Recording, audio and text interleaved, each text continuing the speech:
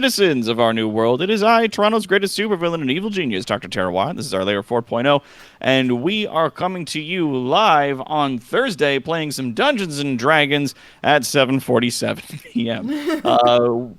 We are joined, of course, by our intrepid players that we've got here, going from the top of the list on down. We've got Cassie D20 Love Chu playing our local Banshee Bard, Siases. Hey, it's me. Hello, everybody. Oh my Yeah. gosh. We're back. We're doing it. Ladies and gentlemen, we got him. We got him. Uh, all right, and that's all, and- folks. All right, thanks and for that's it. coming out. And we're going home. All right, cool. And See let's you in get the 2 fuck out weeks. of here. Yeah, we'll see you in 2 weeks. And of course, we've got a Spooty Poots coming in to play our UNT abomination, Envrail Olo. I swear the plan is to not kill him this time. I have a plan, and it doesn't involve killing them this time. I swear. Everybody's like, "You okay, buddy?" Yeah, all right. And of course, we've got KC, the killing chick, coming along to play our grung druid, little frog person named Floop. Surface bus. Wow. Surface Wouldn't bot. be the What a 18 time to be alive. Without that introduction. And Exactly. hi. Also, hello. I'm going to turn you up just a little bit because you're suddenly coming in a little quiet. We've also got Warden coming in playing our Thry-Kreen Monk Keeper. Punch, then punch again. Yeah. I'm going to punch, and then I'm going to punch him. Punch again, then I'm going to punch him. How much is that all together? 8 7. damage. Ow! Like, And last but certainly not least, of course, we've got Zax Triar, our Goblin Artificer, being played by a one Shaskar. Much less explosions than I would have thought, but I'm happy for that. I'm not. Less explosions than I would have thought, but we're still happy to be here. And thank you, everybody, also for making this wonderful boost. That is so fantastic. Thank you all so much for donating the volts to give us this wonderful boost here today. Hell yeah. We're also going to be, because it is now July. No, it's not. It sure is. Happy Bidoof Day, everyone. Everybody, happy Bidoof Day. And nothing Yeah. else. And nothing else. Or else. Oh! Now I gotta put out the fire in my chest because I was reminded. Yep. Yep. Yep. Yep. Bidoof Day. And It's only Bidoof Bidoof Day. It's this and no other things. And No everybody other can things on this sit day. the fuck down. Yes, 2021 is now exactly halfway over. Congratulations. We've made it this far. We're Smelling here. a scented candle to maybe calm down. Yep.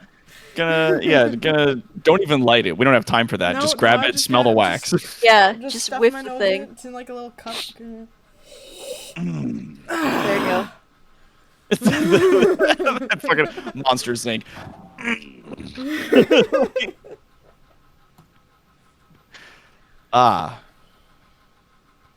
So yeah. What's up? What's out in up? the Is woods this plan?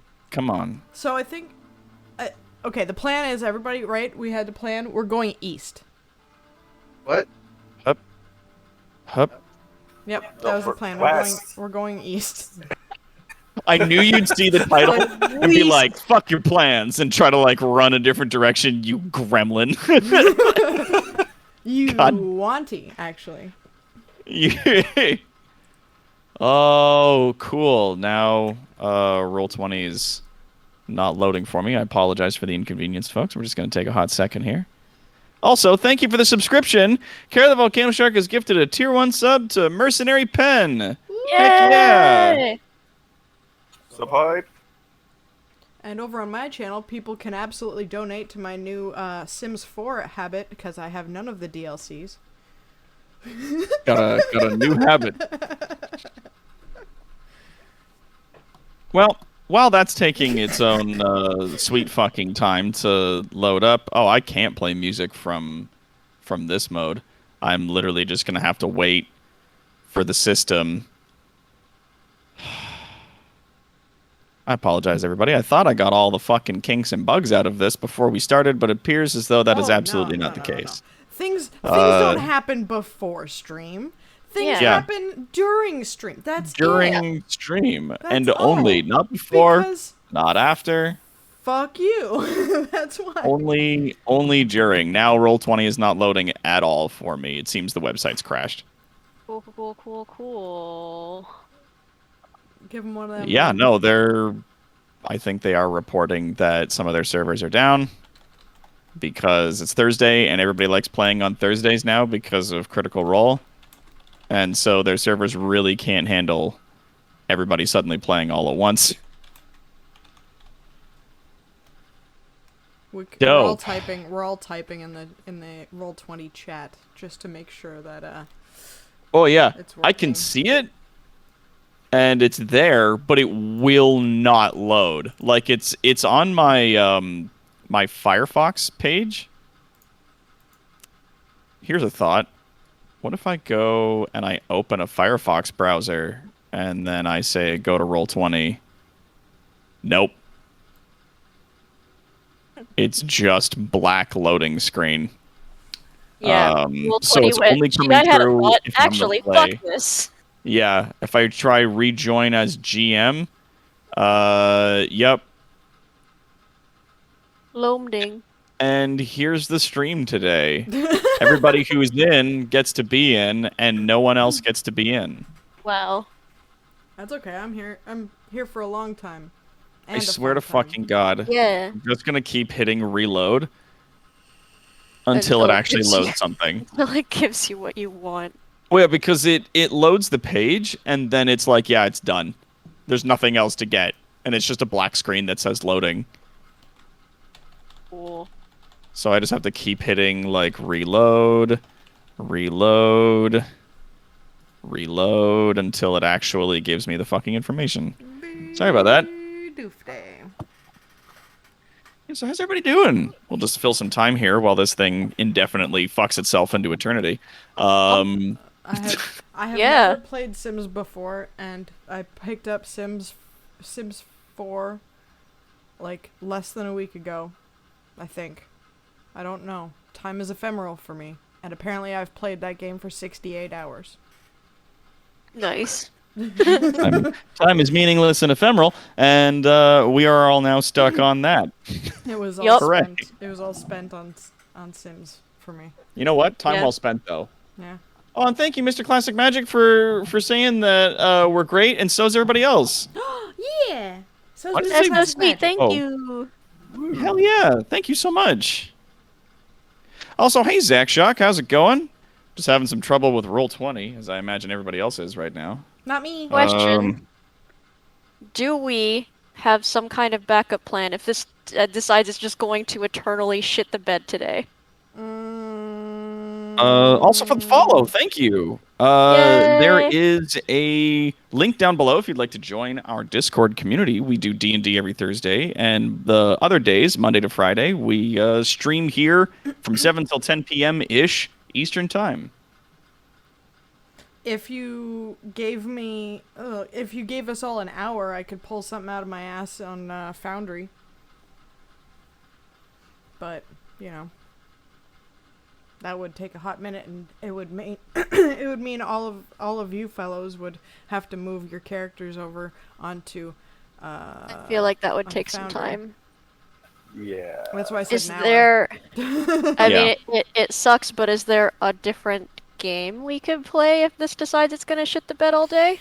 I spent the day prepping for this, and I have D&D no requires a backup lot other of than potentially just having like a cool D&D chat with people, because I have sweet, cool friends who are here with us who I like Aw, very much. Yeah. I got Aw. Sims 4. And yeah, you could just go play The Sims 4 if that's something that needs to happen. I will not stop you. No. So found Come on. more avatars that are more friendly for your stream. Oh, I. Oh. Oh, okay. Are we doing? it's starting to load some stuff on one of the pages. Okay. In the meantime, can I tell a fun story? Because I just Absolutely, saw, always. I just saw Envy typed in the chat. Maybe we should pray to the Roll20 gods. Our Father who art in heaven, Baja be thy blessed. And it reminded me of this Can't thing. believe I missed that gem. It reminded me of this. So, this happened maybe like a month ago or something, and my hubby and I decided we were gonna go take a little drive over to the Taco Bell drive-through to get some lunch. And anybody who knows Jameson knows that he is a Mountain Dew goblin. Like you are. Yeah. As So. one can. As one does. Yeah, as one does. So, we go to the drive-through window, and he tries to order his thing. He's like, "Do you have Mountain Dew?" And they're like, "No, we only have Baja Blast," and he does not like Baja Blast. It is either regular Mountain Perfectly Dew. formulated. Perfectly formulated for Taco Bell. It's wrong. It is. So anyway, so he was already. They were just like, "No, we don't have this thing," and then he was like, "Do you have Mountain Dew?" And they're like, "No." So he was a little bit grumbly. So he was just like, "I'll take a Pepsi, thank you." And then he rolls up the window and he says, "Baja motherfucking blast my asshole." Wow.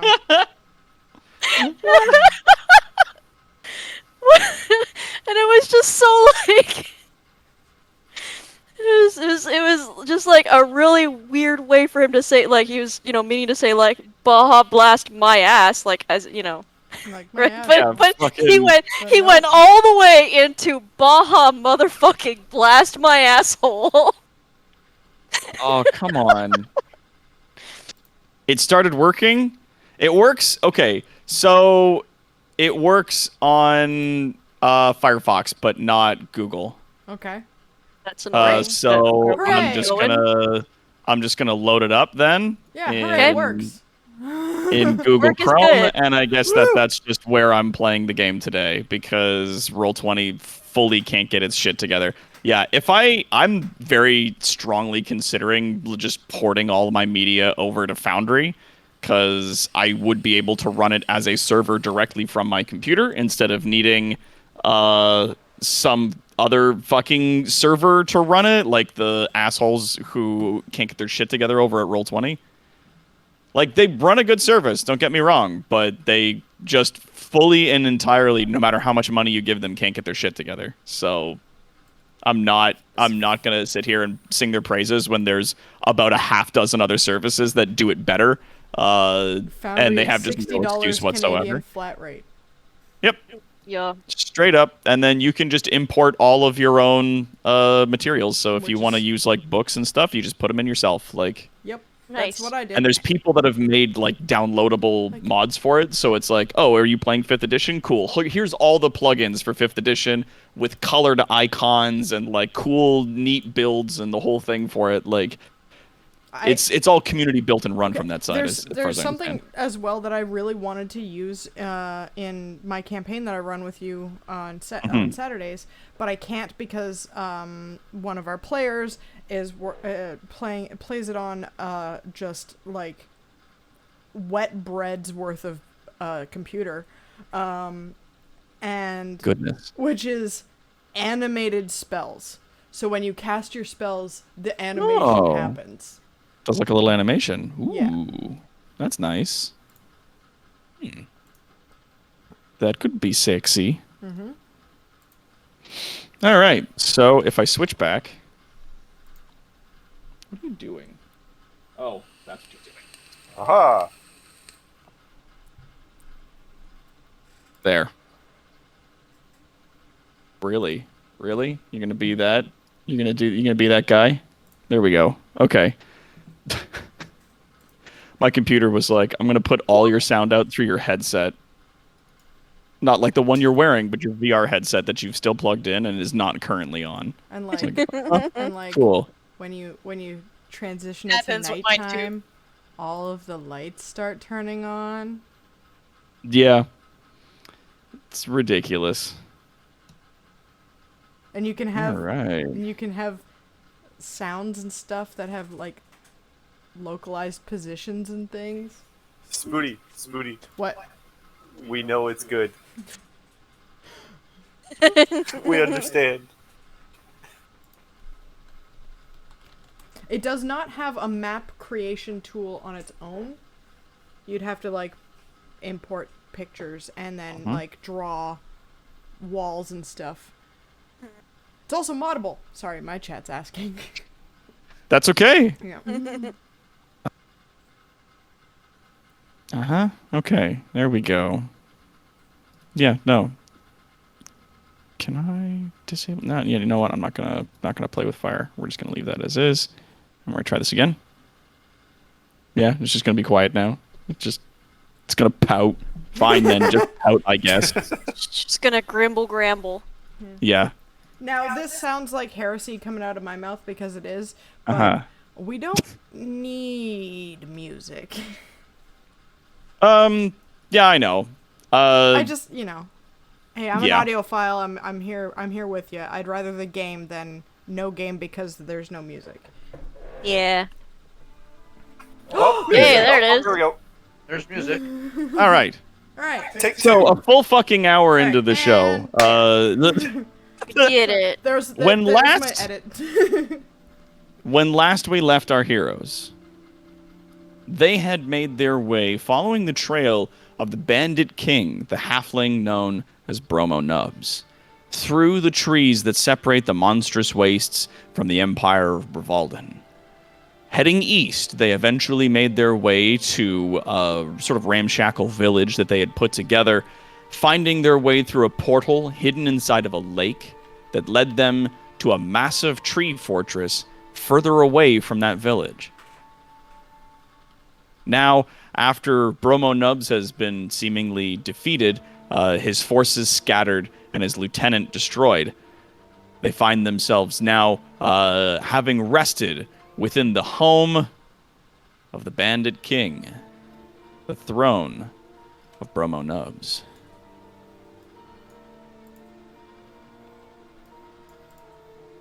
You guys have had yourselves a big dinner that Siaces cooked for you. Had a meeting around the table where you divvied up some of the treasure.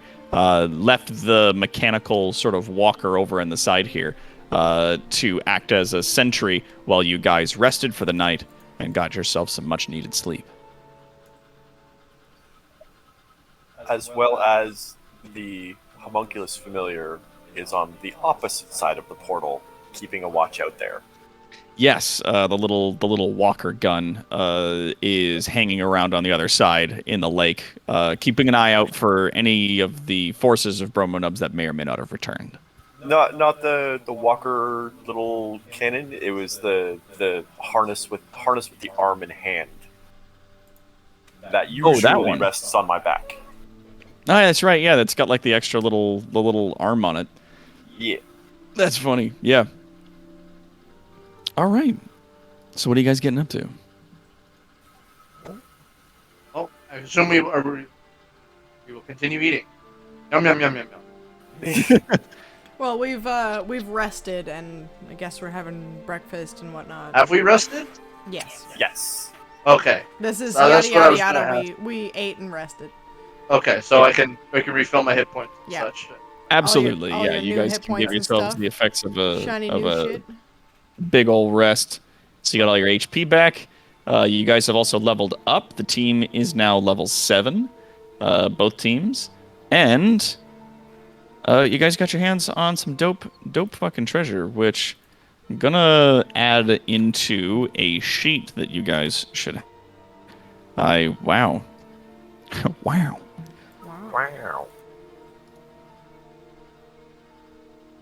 All right, so that is not a thing, and that's a thing. There we go. Bam.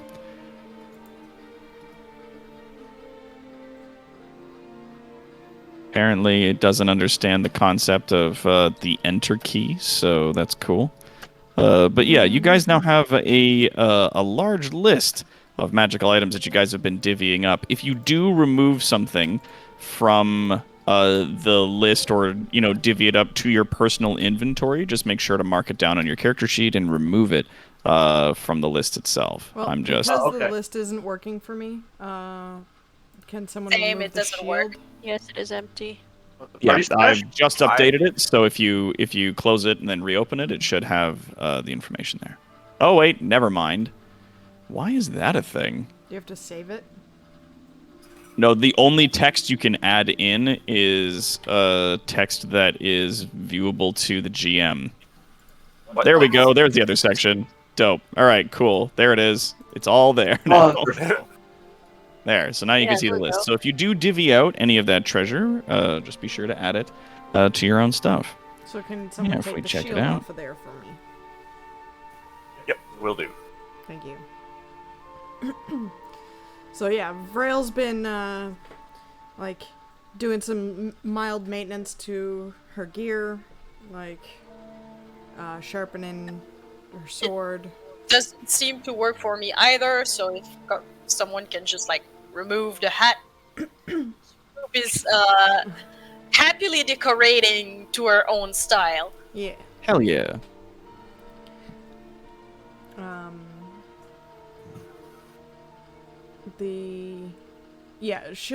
Vrail would be futzing about with the new shield, like testing out how to activate it and such. I keep trying to remove the dial of bromo nubs, but it keeps reappearing. It seems to be Goes gone away. now. Goes away and then it comes back. Yeah. Seems to be fine Just now. being fussy. Yeah, just like keep trying if you can. Using the shield, like you see that it's effectively like a small shield pendant that, when activated, springs into like a shield made of a bright blue energy that then floats around you or affixes itself to an arm if that's what you choose. It seems to follow your intention, so whether or not you want to have it floating around you or if you want to have it in some other capacity, then that's what's there for you. Fair enough.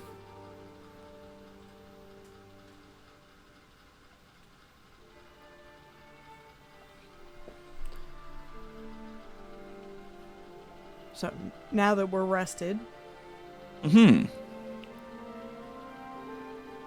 we making our way back to the west? Yeah, what's next? That was the plan. To see the dwarves, was it not? Yeah, the original believe plan so. is our plan now. Yes. The original plan. We're back to that plan. Or we got bromo nubsed. Fucking bromo nubs in next week. I never need to be nubbed again. I will never again need to be nubsed. Yeah, so you do remake your plan to, now that you've rested and regained your HP and your spell slots, to, if you want, head back out through the portal and then start making your way back west, heading towards the Dwarven Kingdom. An idea. I know that Zax had a. Zax had a plan? Yeah. Oh, yeah. Hey guys. I don't feel completely right about like just taking everything. Like, Leave what you want. well, yeah. That's what I mean. Like, I'm gonna leave a good portion of my share of the gold here for anybody who ends up coming back. I have no issue with that. Yep. You can go ahead and do that. You cannot guarantee that whoever finds it will be deserving. Well, I Whoever know. finds it will need it if they take it. Yeah. Like, I mean, this place is kind of a hidden little fort, so the only people that would really know about it would probably be like the halflings that we were fighting against. But even then, we had no issue with them. It was just nubs. Agreed.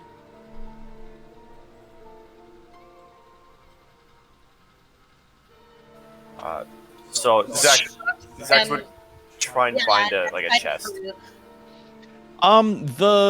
The place where, you know what? Roll me. I'm gonna say either a perception or an investigation check. Let's see. I point out the Oh, thank you, Scryer, for the chest donation. to the south where I got all Yay! the stuff. Something less auspicious. Don't think, just take, have months. Oh my god.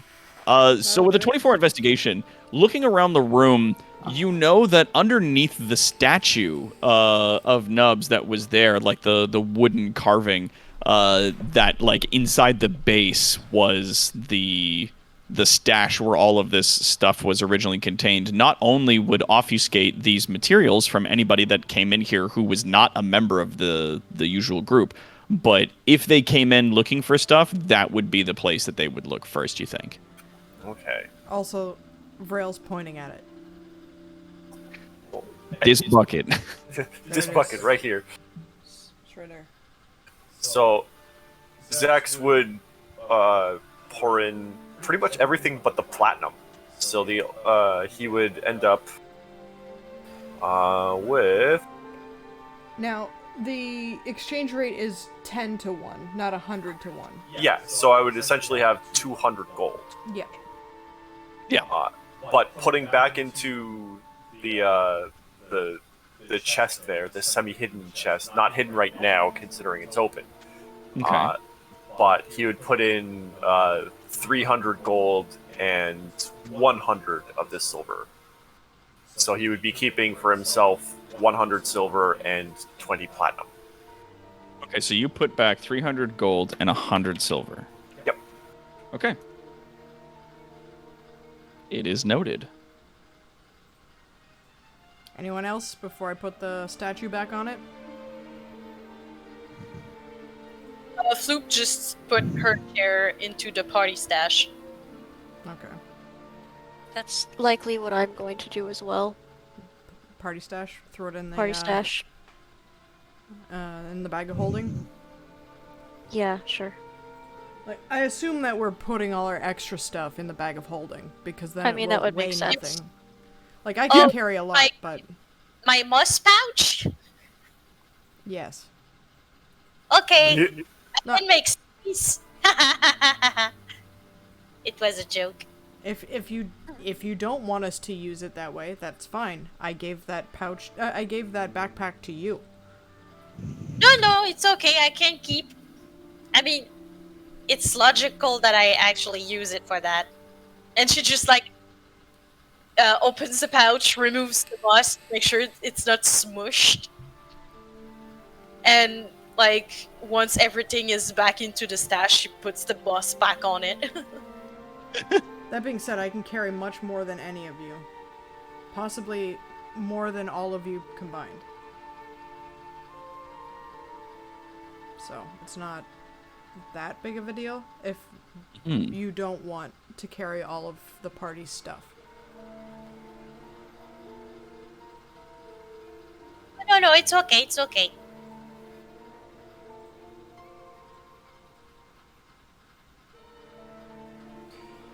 Also, Vrail then goes about and looks for a coil of rope. Yeah, do either a search or an investigation for me. I passively look for rope. Oh yeah, because your passive it's like what, which is 18? 18. Just gonna wander around I just wander passively, around out of the corner of my eye. Do I or with my little snooping. my snake tongue? Do I smell anything that smells like? You a smell any rope? You know what? I'm gonna say yeah. Down to the to your sort of like bottom left. Yeah, heading down in that direction.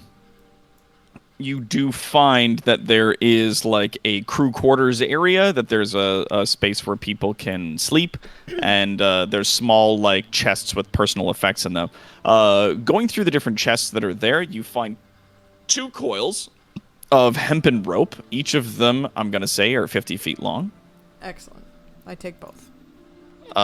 Did you want anything else that was there, or are you just after the rope? You find like personal effects, What like else is clothing, boots. You see 2 daggers on one case. I'll look at the daggers as well. Yeah, because a snake obviously needs boots. Hey, yes, I do. Sometimes, yes. Actually, yeah. You know what? Thank you, What thank you, kind Mr. Classic Magic, for the $10 donation. Of what quality are Yay. these boots? The leather boots, they are standard quality. Like they're Standard not bad, but they're good. They're Like, not they're- all beat up. Nope, they're actually kept in good shape. In very good shape. Looks like Good they enough. can't be damaged, kind of shape. Medium shape, I Okay. would say. Because Those one like of- average a leather very- boots. They're not worn out. A very clear way of seeing something as a magic item is its wear and tear. Yeah, no, it's not. It's definitely seen some use, but it's being kept in good standing. Like Alright. whoever has these boots is like taking good care of them.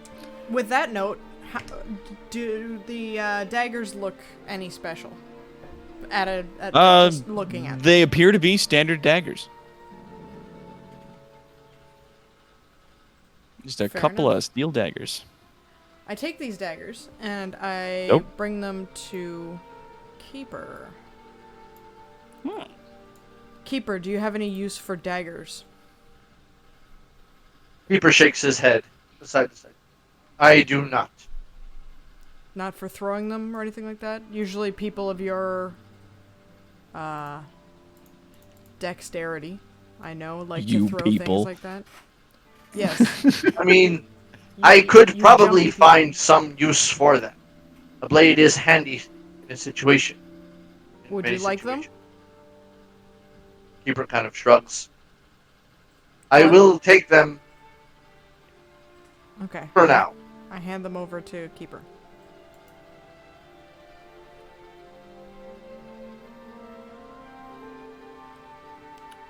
And I have those ropes. Hmm. So, are we on our way then? Did we find any more food to bring with us? There were dried meats. How much?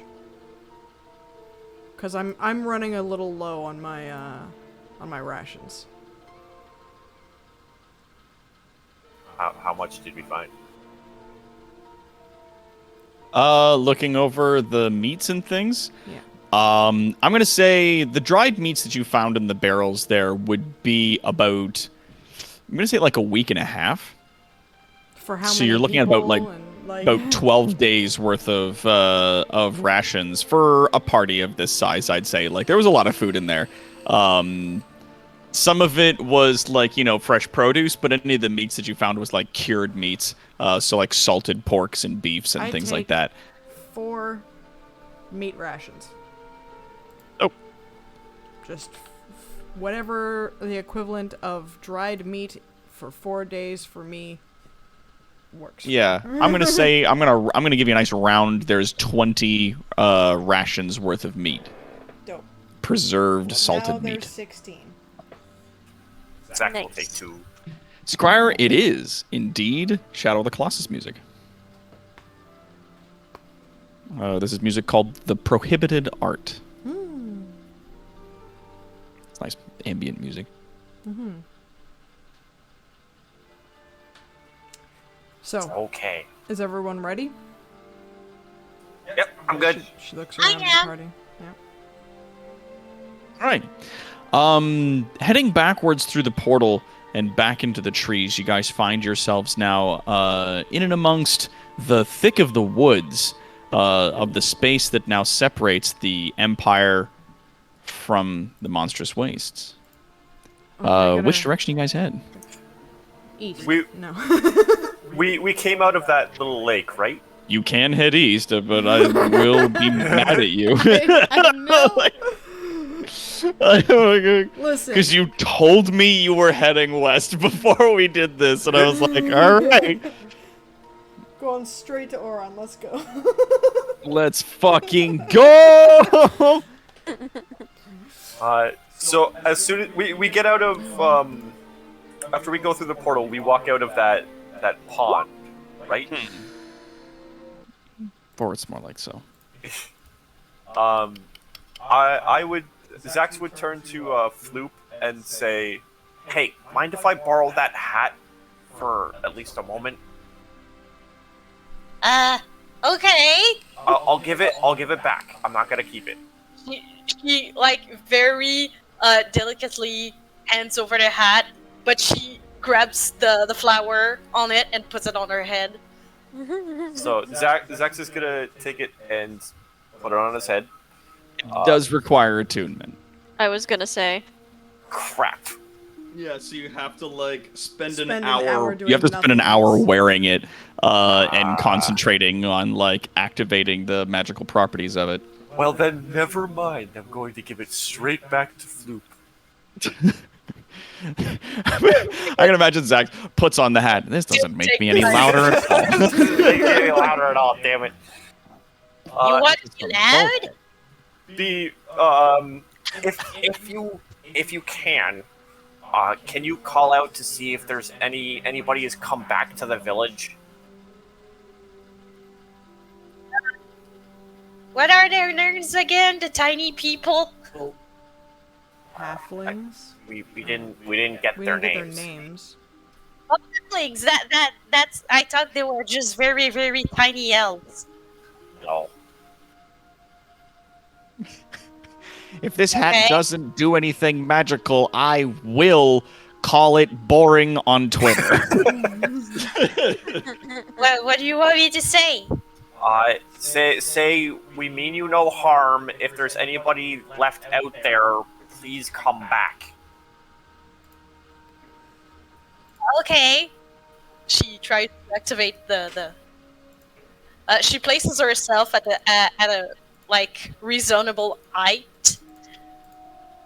Probably on the top of one of the houses, so she can be heard further.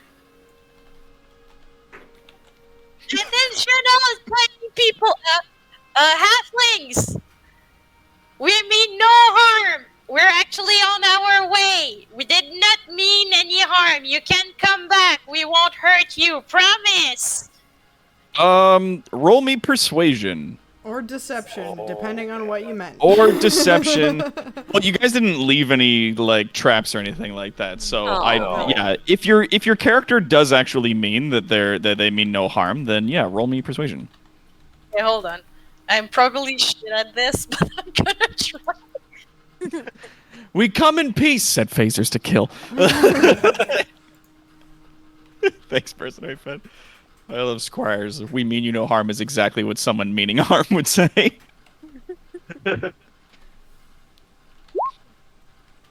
All right, so a 15. That is not bad at all. Yeah, as you yell that out into the trees, if you want to listen for a response, you can roll me a perception check. And I imagine you're going to use your passive. 18. 18. Okay, you got 16. Anybody else wants to listen? Oh, 20. Dope. Me no harm will kick your ass if you say I'm a liar. Wait. Wait, fuck. Wait, fuck. All right, so dope. So Floop, in the distance, you getting a 20 very faintly here in the distance. Okay. And that's it. Beautiful. She turns back to Zax, not realizing that she didn't deactivate her hat. Oh, that thing works for real. They heard me. Okay, shut that and loud? grab the hat. That's enough out of you. Is And it? then I give it back to her. Puts it back on her head. Yeah. Zax will like. Nah, I don't think I have parchment on me. All right. Good. Fingers crossed. They'll come back and not be just out in the woods fending for themselves. Like we are about to. Let's go. And I Yeah. start going. All right. Heading west through the woods. Eventually, as you guys are moving your way along, you see where the forest kind of, after several hours of travel, you see where the forest kind of like dips north a little bit, offering you guys the opportunity to move along through the grassy fields.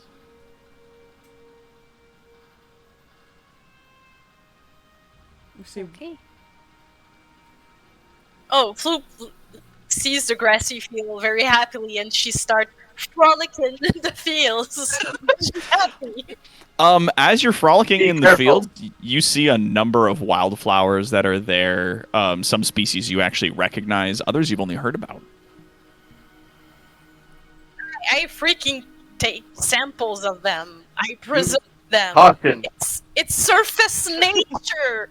I'm gonna keep it. Yeah, roll me a nature or a survival check. Vrail breathes deeply through through. Oh, I guess she wouldn't sniff.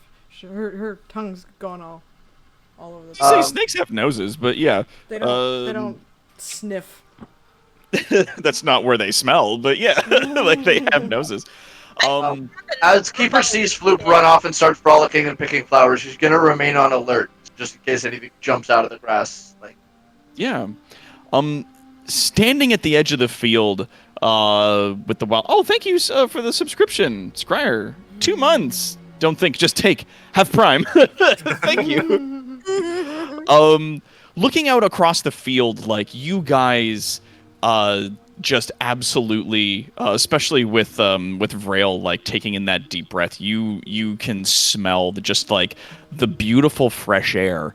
And there have been fields of fresh air and grass and sometimes flowers down in Autometh, but the false sky and everything that's there was a very close facsimile, but a fake nonetheless, of what you're seeing now. Like the grass and the nature, and just like you really feel the size of the sky and the distance of the horizon. Like as it stretches out in front of you guys, you get a real chance to take in the entirety of the Empire of Light. Ooh, and I think got hell yeah, ambient field sounds. I raise up a bit on my tail, like getting another like foot in height or so, and just I look around. You're raising yourself up and looking around. You can see that, like, yeah, it's like in the distance in all directions. You see just like the field stretch out. Way to the west, you see mountains. You occasionally see like a road here and there. And to the south of you, actually, you do see way in the distance to the south. And I'm going to use another picture here as a brief proximity, but not an exact. This is how close you are. But you see way out there a castle town far to the south of you. I compare what I see to the map, just so I could start trying to get my bearings. Looking around, and let's bring up the map. Looking at the map of the continent of Emerron, you find yourselves. It seems as though you've exited from the forest just north of the city-state of Igris. Does it look like that's the city I see off in the distance? I mean, it's hard to tell because the map just has like a drawing of a town with a wall around it. Looking to the south, yeah, it's a castle town. It's got a wall around it. It appears that like, and you can see that the forest does sort of dip north a little bit from there. So like you're not directly north of it, but you're like a little to the west, north of Igris. And I can see the difference between Egress and the Empire of Bravalden because I don't see a second walled castle town. Yeah, nearby, no. right? Okay. Yeah, like with the amount of space that the Empire of Bravalden takes up in the center of the map, you think that either the person who made this map was a big simp, or that it's just further away than it is drawn on the map. Yeah. It appears close, but you're thinking it might be a few days' travel, given the fact that you can't see it. Sex will climb up on on top of his spider mount, and just sort of like put his hand over his eyes to shield his eyes from the sun, just to take a look. Yeah, what's the temperature like out? It's like a clear, beautiful day where you guys are standing, and you're looking at something like a comfortable, at least for a Canadian, super white guy like me. It's like a comfortable 23, 24 degrees. All right, In the sun, it's warmer, like in the direct sunlight. I put my black cloak on. Because I did use Incarnate for that map, Scryer. Thank you. because I have yellow scales and gold armor, and I want to heat up. So, putting on a black cloak. Hoop's just happy picking up flowers and plants. Putting on a black cloak. I put on a black cloak because I don't get my own. I don't make my own heat, and I want that sun. Also, there's a cute little drawing of Floop, now complete with her adorable hat in our Discord, and I just wanted to share that with you guys. He's cute as fuck. So cute. That's cute as fuck. There it is. God damn. Super cute. Zax will turn to the group, noting the town that's invisible from the distance, and say, "So, should we follow the forest west?" Keeper looks to the dwarf. Yeah, she was about to say to do the same. She stopped picking up flowers, which you didn't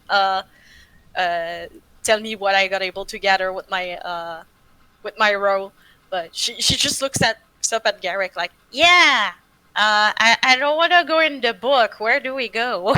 Yeah, I look to the west while they talk to try and see those. Derek mountains. Stonetooth, as you look back to regard him and ask him what his opinion is on this matter, appears to be standing just at the forest line. Hesitantly, he does not move into the open field. I want to roll an insight check on him. Yeah, roll me some insight. Like, what the Flip just slowly waddles up to him, and she's like, "What's wrong?" 17. With a 17, this is a person who has been living in exile for an amount of time that you're not exactly sure of. Coming out of the forest appears to be a very real reminder that he is returning to a place that he's not welcome. That it's not the field itself that frightens him, but it's that it's a milestone back home. Well, I go up to him, and I go to pick him up by the back of his coat.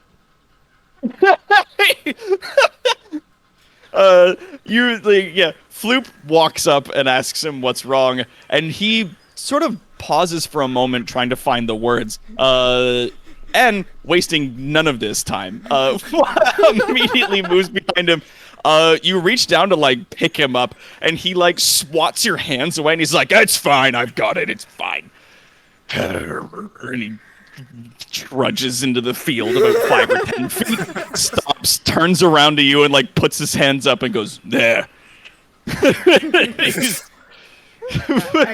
I nod to him. Like, yeah. Like, kind of a, good, we did it. Like, good for you. you got it. All right. You got it. Yeah, and so he just and he starts trudging slowly into the field. Oh, this music.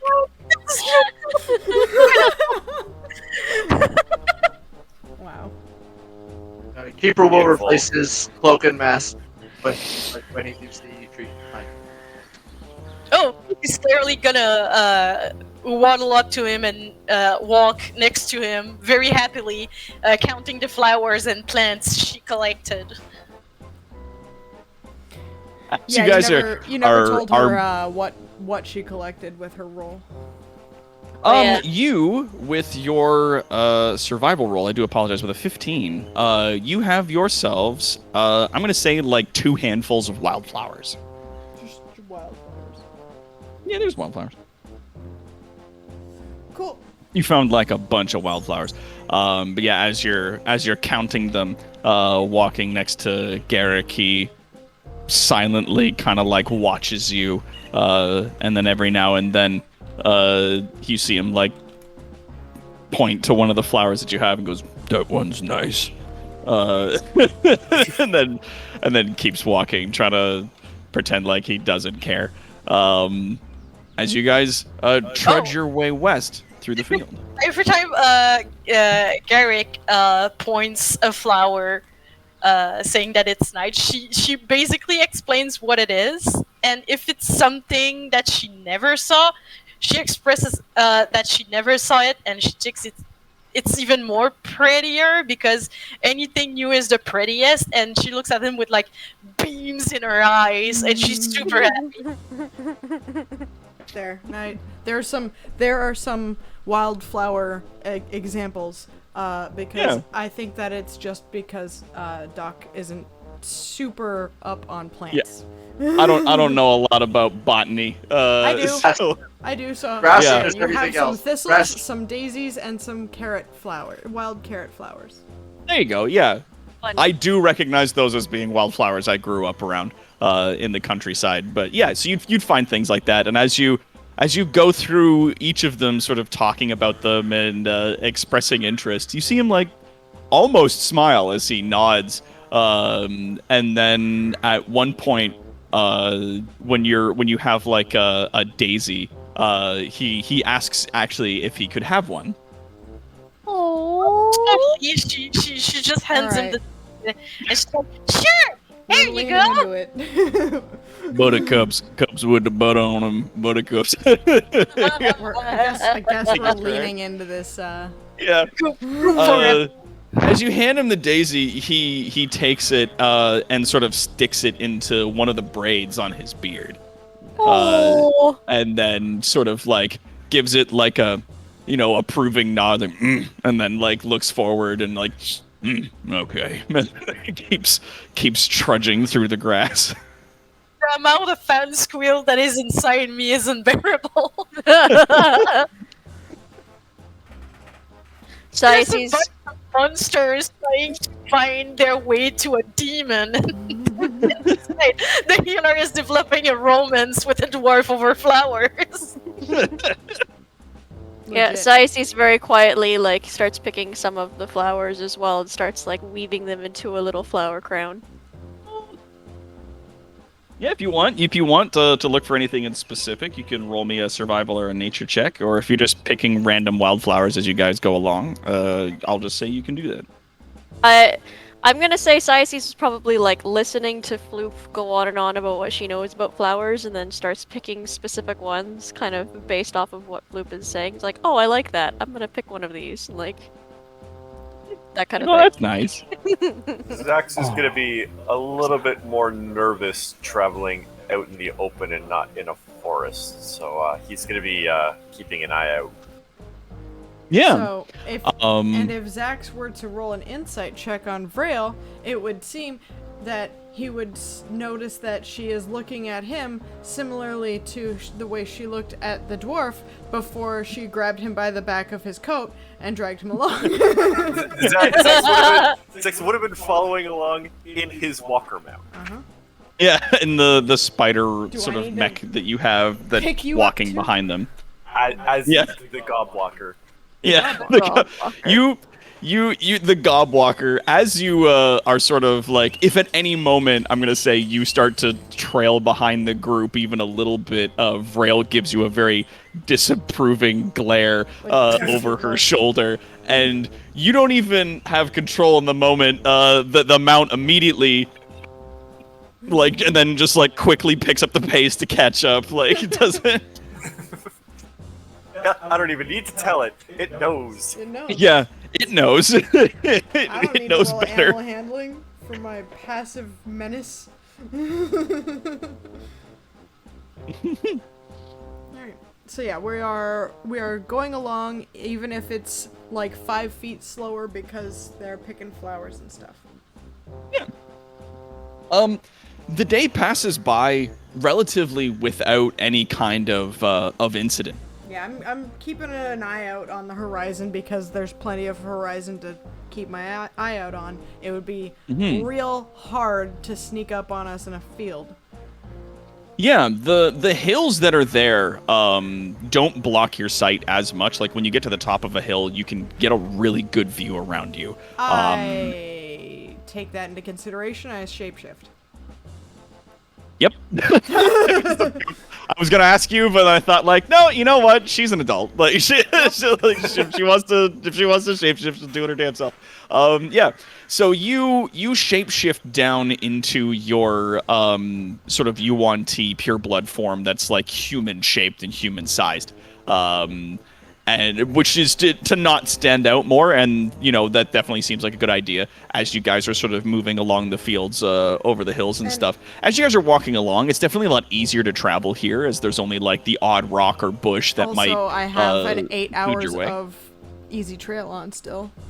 You do. If at any point in time there is a rock or a bush that gets in your way, it kind of like leans out of your way as you're moving along, and then like the grass sort of knits itself back together behind you so as to leave it so that you're not leaving a trail.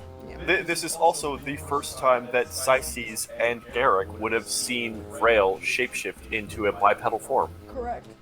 And that being said, if anybody needs a refresher on what Vrail looks like as humanish, she looks like a human with the same eyes, long, like I want to say waist-long black hair, and gold scales still down the sides of her, her face and neck.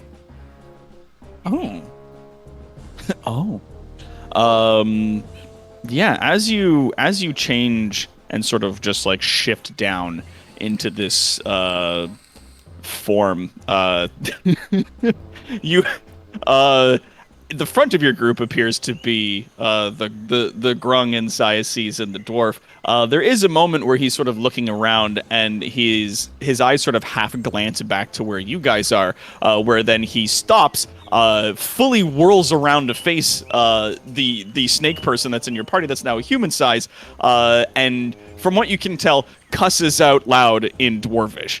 As he's looking about, and then like in a half a second pieces together that it's you and you've changed down into a human size, and he like breathes a huge sigh, like puts his fucking hands on his knees, like leaning forward, like taking a second, and then like stands up, like gives you an approving nod and goes, "Right,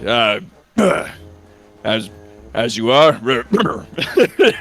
Turns back around and starts his march again. Yeah. Is Vrail picking up the rear? No. Okay. No, I thought that I was like near the front, like a pace or so ahead. Maybe not further ahead than Keeper, because though he is very patient, he walks way faster than us. Yep. It is certainly a test of Keeper's patience to move at the pace of everybody else at the party. We'll look toward Garrick after he started swearing in Dwarvish, and she looks at him genuinely curious. What does that mean? And he goes, "Oh yes, that's a war. Kazakh is a word for war, and Kazakrendrum is a word for the end times." I basically said, "War upon the end of all things." Like that was his cursing. That's a good curse. I enjoy that. Yeah. I will remember this. Vrail says to the Flip just Vrail nuts says right- to the I dwarf. will remember this, and he gives like yes, and then there's Kazarakradum. Vrail will remember this. There's a lot of hard consonants in Dwarvish. But so, yeah, and he kind of like smiles at Vrail when she says that, and gives like an approving nod before turning back, continuing on. occasionally he might muse about some parts of his culture, that the big open fields, and he does, as you can wonder, liken a lot of things to the multitude of the graces of his people, and like the pride of the dwarven kingdom. If your mother was a cracked piece of stone and your father smells of weak metal. Fuck. Oh God, that's pretty mercenary good. just That's pretty immediately out of the gate with the with the tea. Jesus Christ. Like listening to the dwarf, Vrail just is silent, like kind of agitated, just not pointedly agitated, but like just agitated of the story and like yeah. Yeah. Oh, Floop is like captivated, and the more she can learn about it, she will, and she just ends up like asking Garrick, do you think I could learn dwarf language? And he kind of like pauses to that as he's walking. Goes, well, yes, you could learn the Dawi tongue. We could attempt to teach you if you would like to learn. I'm not exactly a man of letters. I'm not a teacher, an instructor as it is, but I could try to teach you a few words here and there. And he points into the mountains in the distance, and he goes, first and foremost, this is our mountain realm in the distance. It is known as the Karaz-Ankor. Karaz, a word meaning mountain, and Ankor, a word meaning realm.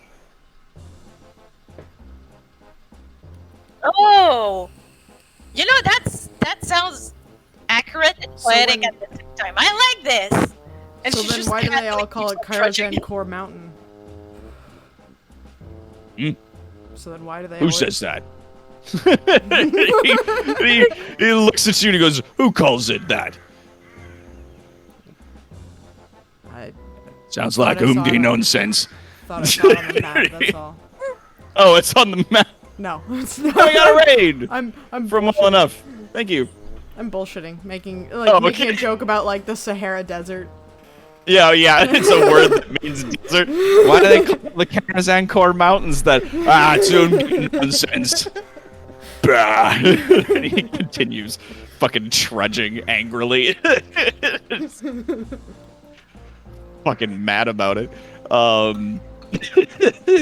Yeah, and he talks about like, different key words, important words to the dwarven tongue, like dwarves like Dawi, meaning the dwarf in and of itself.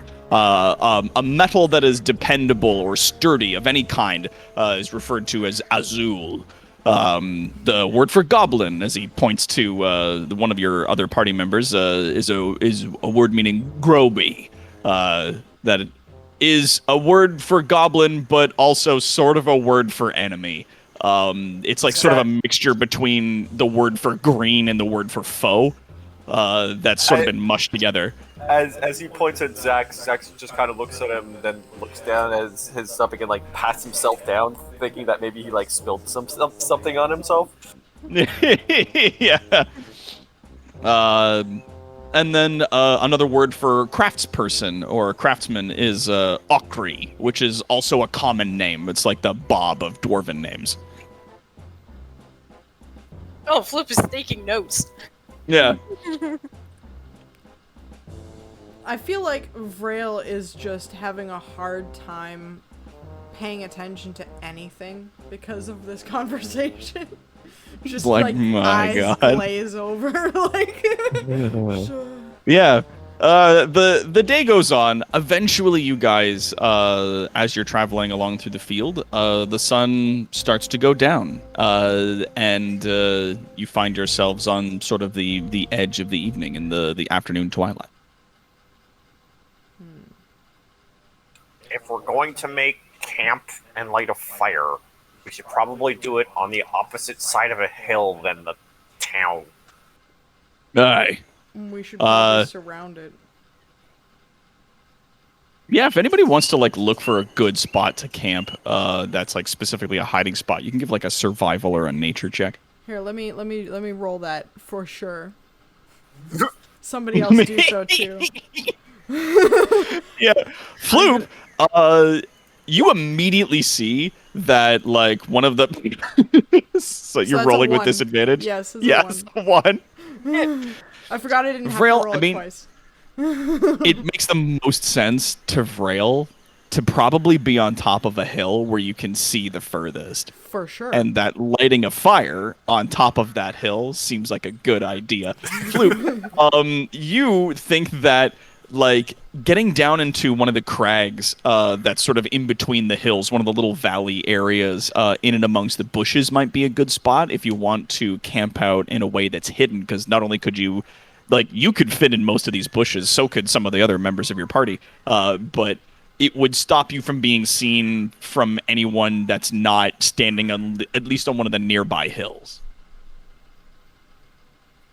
Floop just watches Vrail considering the top of a hill, and oh, Floop, she's on the top of the hill while she's looking around. Like, yeah, this is the Floop, Yeah, this is good. Floop just looks at Vrail, and she doesn't want to tell her that she's wrong. So she's like, "But I'm already dressing up your tent right here in the place where we can hide." Yeah, Kara in the chat, they don't have a magic tent. They just have a tent that escapes certain party members' ability to erect said tent. It's because Yeah. for the foreseeable future, or until I say otherwise, I'm gonna roll survival at disadvantage Yeah. because there's no reason for my character to have any survival skill because she grew up in a fucking castle. Yep. Grew up in a subterranean temple, being waited and doted upon by servants, and so it's like, yeah, fucking get up here, get a big fire going, call Gondor for aid. This is the shit. Yeah, exactly. All of China knows you're here. Yeah. Because what we don't want to hide. We want people to know that like we are here and that they should fear us. Anyway. But yeah, what do you guys do? Floop will start putting up the camp where the spot is the sneakiest. Her spot. Zax will help do that and not build one on the top of the hill, considering he just said probably on the opposite side of a hill, Yeah. not the top of it. Yeah, Vrail looks back down at where you guys are setting up, and like it looks kind of annoyed, and then reasons that, well, they're already setting it up. Like, well, I'm not it's setting it up. that moment where I will allow this. Nah, Shreds Vrail it down. understands. Vrail understands that she's not good at this stuff. She's just not gonna say it. Nice. But yeah, you guys set up the tent and the camping space down there. As the evening air slowly sort of makes its way into you guys, like the sun sets and the sky opens up to this like big, beautiful starlit sky. Let me see. I've got something kind of like that. It's creepy, but don't panic, and also don't pay attention to this lovely lady wearing a bonnet who's there. That's just science. Ignore me. That's just Uh, science. She's not here. Yeah, no, it's me. What are you talking about? That's What me. are Yeah, what are you talking I about? found I skillfully wove a bonnet out of flowers. I'm just that good. Oh, it's gorgeous. Hell yeah. I Yo, feel check like this fucking I bonnet. feel like I could buy things from that woman, and she'll just vouch Yeah. for me. She seems nice. She seems like she'd sell some stuff. I haven't even played that game. I know what that is. I know who the fuck that. Yeah. But yeah, you guys find yourselves sort of in the crook in between some of the rolling hills of the fields here, in and amongst some of the bushes. Signature in there. Having set yourselves up, a thing. Do you guys start a fire? I start a fire. Yeah, I would have started a fire. Yeah. Nope. No. Keeper would go off and do like training, breathing exercises, meditation, like practice martial arts. Nice. Yeah, so Keeper's like doing some kata, doing like different motions and going through the usual stuff off to one side. Was there any like concern about a fire being made? Not to me, considering it's in this little valley, so it is hidden from view, and if anybody was going to see it, they would need to be on top of one of these hills. Really. Yeah. Like unless we're burning stuff that would make like a bunch of smoke. Yeah, I was asking if any character would be like, "Hey, we shouldn't build a fire." I'm asking After the party. when you get the fire started up, with at least as far as Garrick is concerned, he has his sort of like engineering backpack like unclipped from his armor and set down on the ground. And you start the fire, and he looks over and goes, "Ooh, fire, eh?" And like sort of turns a crank on the side, and then like a little bell rings. And a tiny thing on the side pops open, and he starts taking out some sausages. He's got about 3 sausage links that he removes from this compartment, and he starts waddling over to the fire to start setting up like a little grill. Vrail gives him an appreciating nod. And he like looks up to you and he goes, "Would you like one?" Yes. Yes, I would. And he like he gives like a nod and starts fussing around with a sort of like a little makeshift grill that he's putting together over the fireplace. Diocese is going to play a song of rest, even though we're not doing a short rest. But the idea is she's playing a very relaxing little song on her lyre while we're just kind of like chilling by the fire and stuff. Yeah. Yeah. Actually, Prepare Get water. yeah, you get your bucket out, unfold your bucket, fill it with your water. Cast it. Yeah, you cast your spell, and it fills the bucket up with a big wash of fresh water. Actually, covering what Esteban and Mercenary Pen are talking about in the chat, that while cooking the sausage, Garrett gets into a little bit about how dwarven philosophers, their word for philosopher in their language, sort of in continuation of today's conversation, translates roughly into thought crafter, and that Cool. that they're not necessarily uncreative with how they name things, but he talks about how they're more efficient than anything else, and They but hit when, they hit the nail on the head.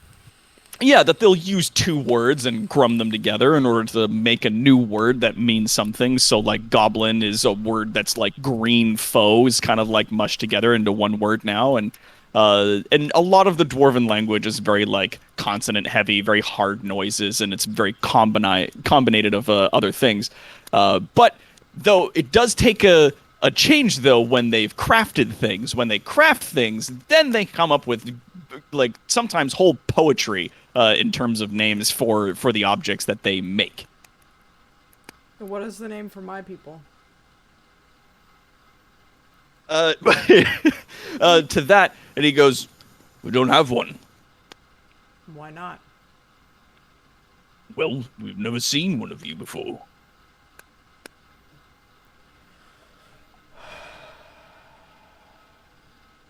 I believe that. He gives like a nod in a way that conveys like a bit of sorrow, and he goes, "Aye, There's must like be a difficult." twitch. What must be difficult? Well, how long have your people been away from the world?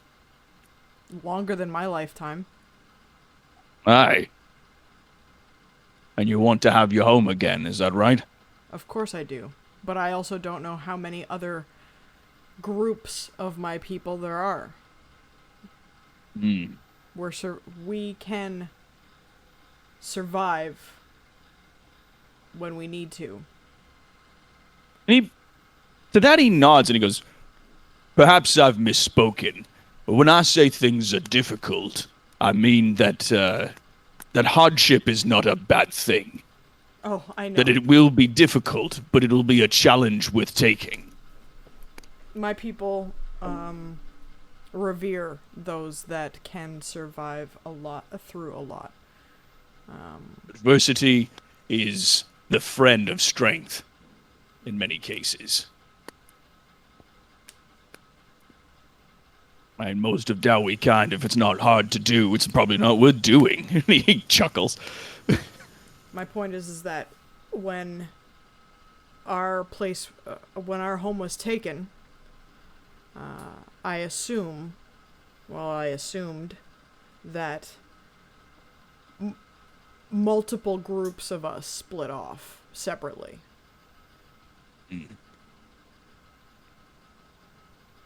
Even individuals. But yeah, I don't believe that my people are the only ones. She just like leans back. And he nods sagely at that. Well, I hope your people are easy for you to find. That you are able to reunite yourself with your other kin. I doubt we are. I doubt so too, but, you know. He shrugs.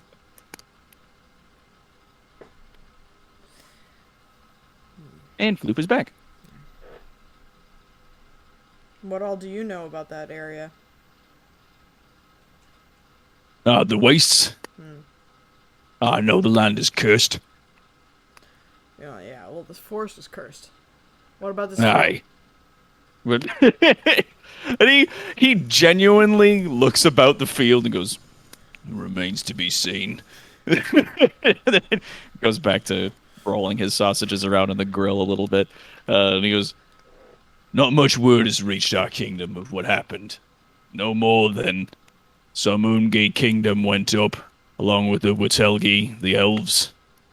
They built some kind of home in a great lush jungle. And then a great sickness fell on the land, a curse, and the whole land turned to red stone. I'd be willing to blame them if I didn't know any better anyway. But it was probably their fault to begin with. I agree. He nods. It's most likely their fault more than anyone. Well, luckily, I have our frog friend here to assist with rejuvenating the land. Aye. He turns to Floop. So you say you want to heal the wastes? Floop nods, and she's like, nature always finds a way, but sometimes it needs help. And that's what I'm here for. He gives out a nod. Aye. The red wastes to the south and east. They came about shortly after the wastes to the north. And they say that humans cursed that land as well.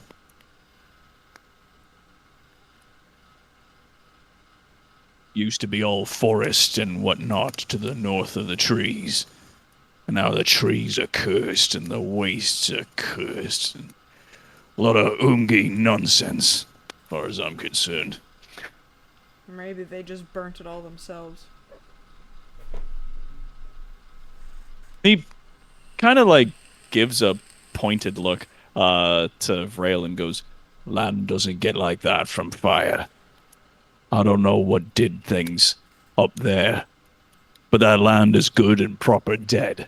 Dead as anything could ever be. Don't need fire to burn something down. Not a bad point to that.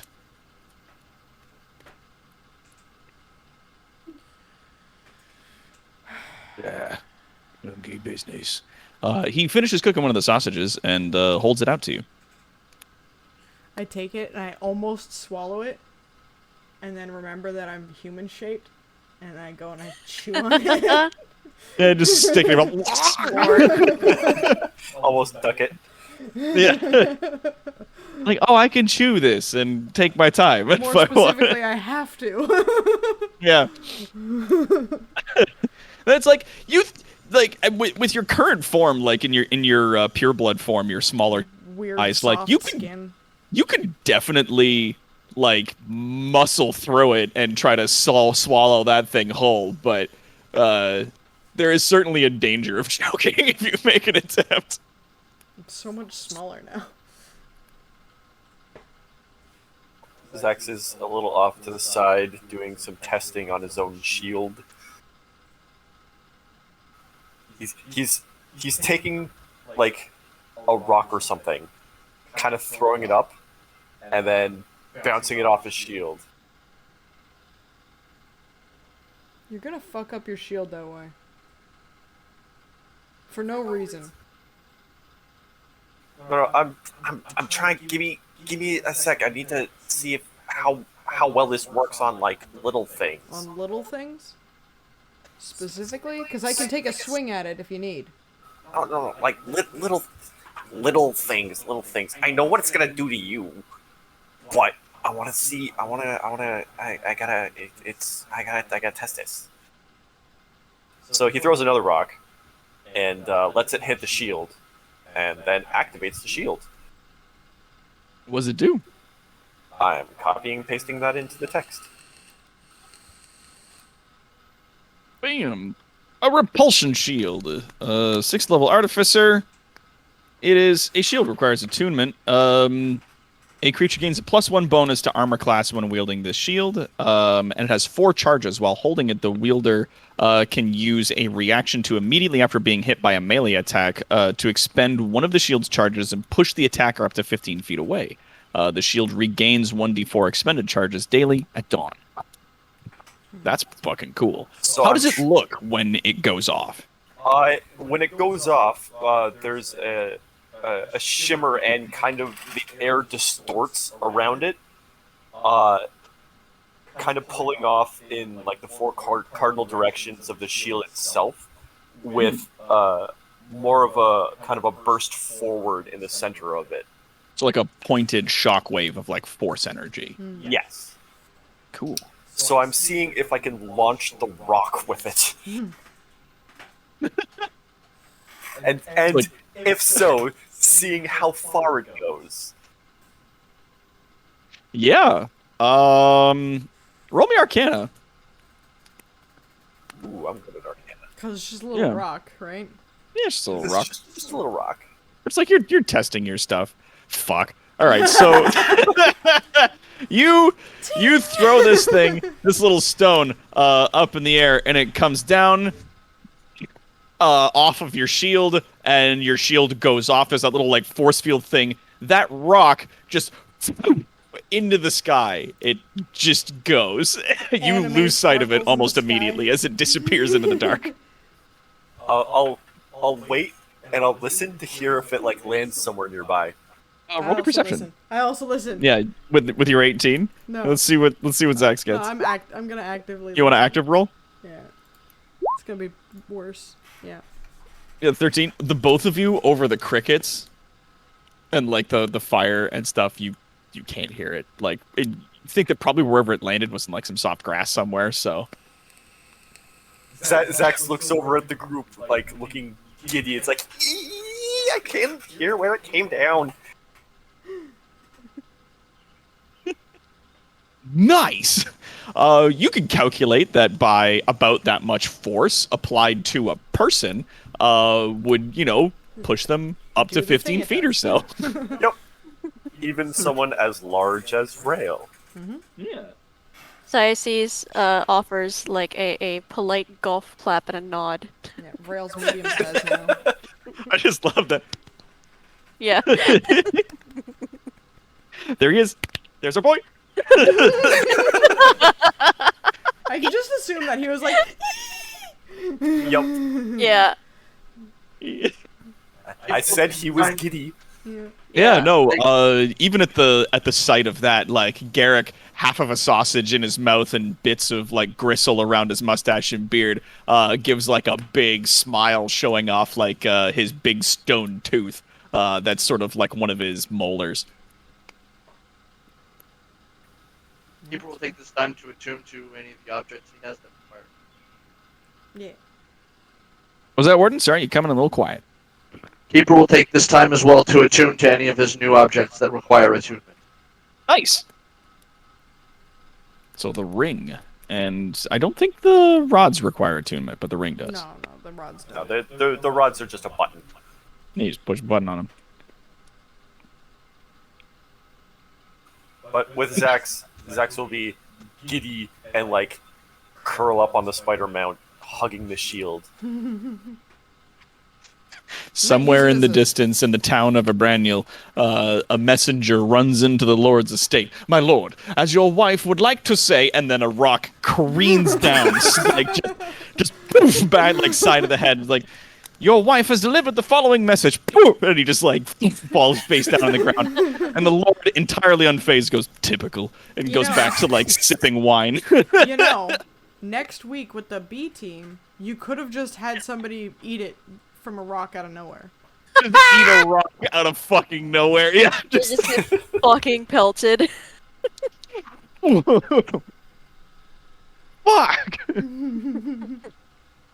But yeah, so how do you guys do watch? If you guys are done role playing for the evening. Zax will tell his homunculus familiar to keep watch. Yeah, as it doesn't require rest, it'll hang around. Keeper also does not require sleep at all, and so I can get by with just some meditation. And Vrail's Yep. already Same with curling up by the Ices. fire. Yeah. So Vrail does the not know about watch. the three members of the team that do require rest get themselves some sleep, and the night passes by without incident. You guys make your way to the next morning relatively easy. All right. Uh, Oh, there's let's- no. Oh man, there's no. Where long is rest my- button. Yeah, there's no long rest button. I know. I'm dying as well. No, I I, I also hate it. please know that I don't mean to say like No, to be no, I'm- shitting on Roll20. I just Yeah. forgot.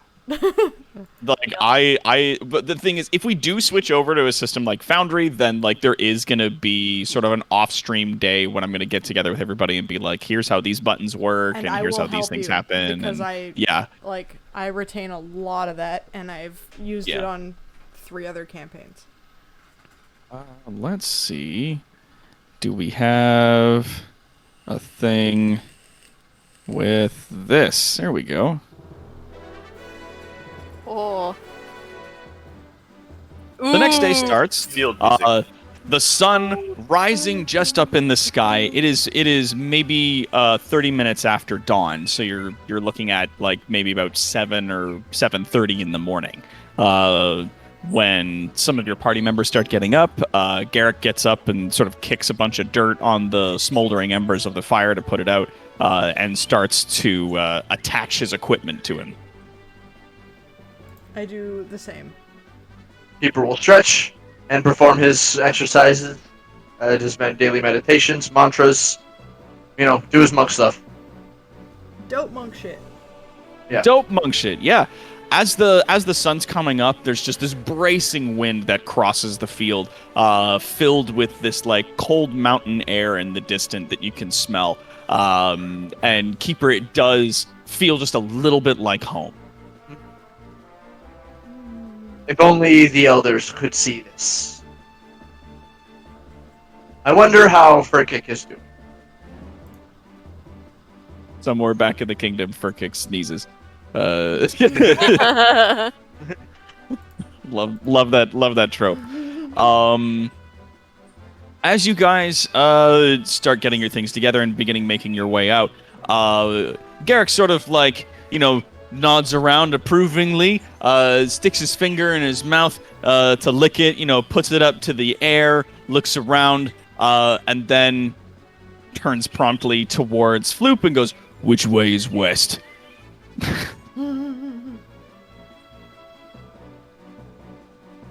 Hold on, that was drinking my nose.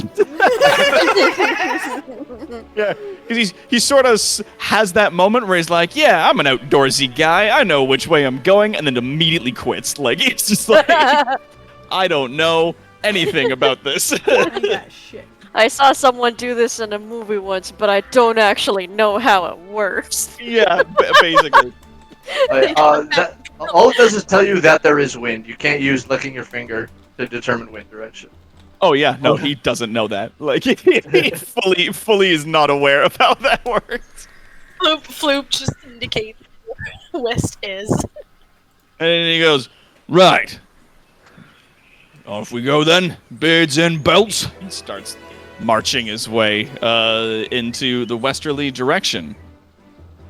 As you guys start heading west, climbing the nearest hill to you, you crest over the hill onto what appears to be like a large sort of field that plateaus into the distance. Right as you get to the top of that field, about 100 feet from you, maybe less, is a troop of paladins. All right. Oh, cool. I stopped the party. We moved back, and I walked back down the hill the way we came. You the second you guys just a get little up over the edge, they're standing almost right there, staring at you. Three of the members of this sort of traveling group of soldiers, their mouths are just fully open as Fucking they're record scratch.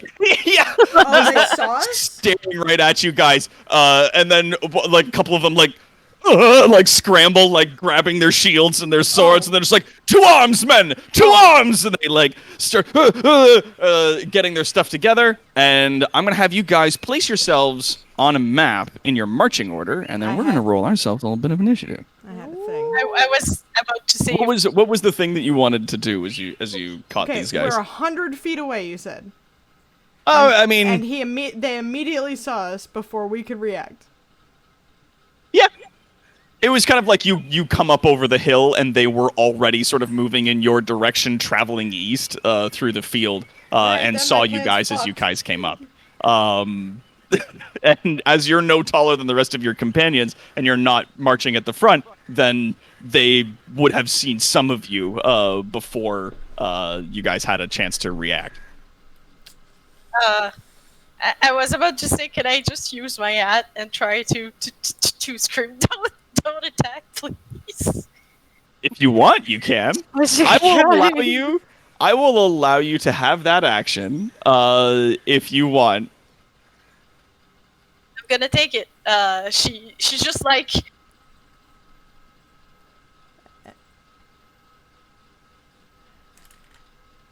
no, please stop. We do not wish to fight. We And do I- not harm. And I hold my hand out at towards them and yell, "Hold!"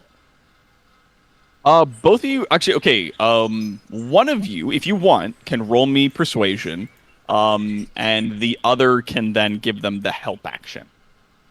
Ooh. Who you would you sure? like to Can it be, lead this like, roll? If maybe you in- want to do that, or if you both just want to roll separate persuasions, you can do that. Zero persuasion. I have zero charisma. So please, God help me. Rail.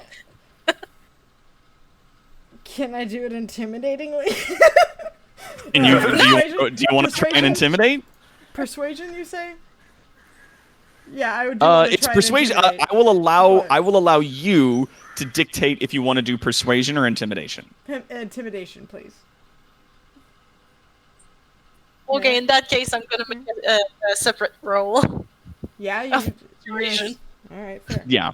Okay. Yeah, would if you like guys to want to do roll, if Rail, if you want to do intimidation, to sort of persuade them with a little more force, as is your custom. And Floop, if you want to try a persuasion, you can absolutely do so. Fuck me rolls. Okay. Not bad. Okay. 24 You and good. 17. Now, they see me in my humanoid form, wearing wearing my cloak, with my hand Yep. up, just saying "hold." There's a tiny mage. Wow. Screaming, Yeah, a "We little. wish to fight!" Yeah, you just you activate the hat, and you're just like. like super loud. And it's like that little squeaking frog if you touch it, and it's like effectively yelling out not to fight with a 17. That was a performance roll. I'll take that though, because it's pretty much the same thing as far as I understand. and a 24 in intimidation. Put you guys on the field Sure. over here, Right. and I will and I'll mark you guys in. I'll put Garrick. Garrick was marching in the front with Floop, so he's about there.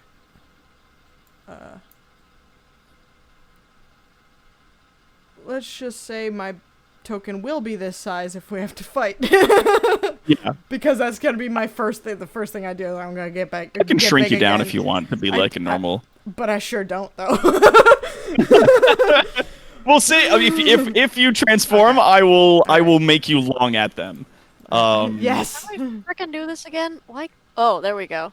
I Don't wasn't. you get long Yeah, at you- me. Get long at you. I'll get long at you. Yeah, you just drag the name, not the picture. Yeah, no, that was what I was doing wrong. Zax would That's okay. immediately pull up his I did hood. the same thing. Yeah. I'm just gonna adjust your HP for you there because you're full HP.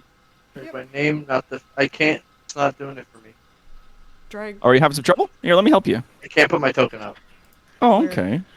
Tried the Where- picture, then I tried the name because they said try the name, not the picture. I was Yeah, like, you oh, try that's the what I name. was doing wrong, but that also Boop. doesn't seem. Yeah, it's weird that it's being fussy, but there you are. Where did you want to be? Let's see.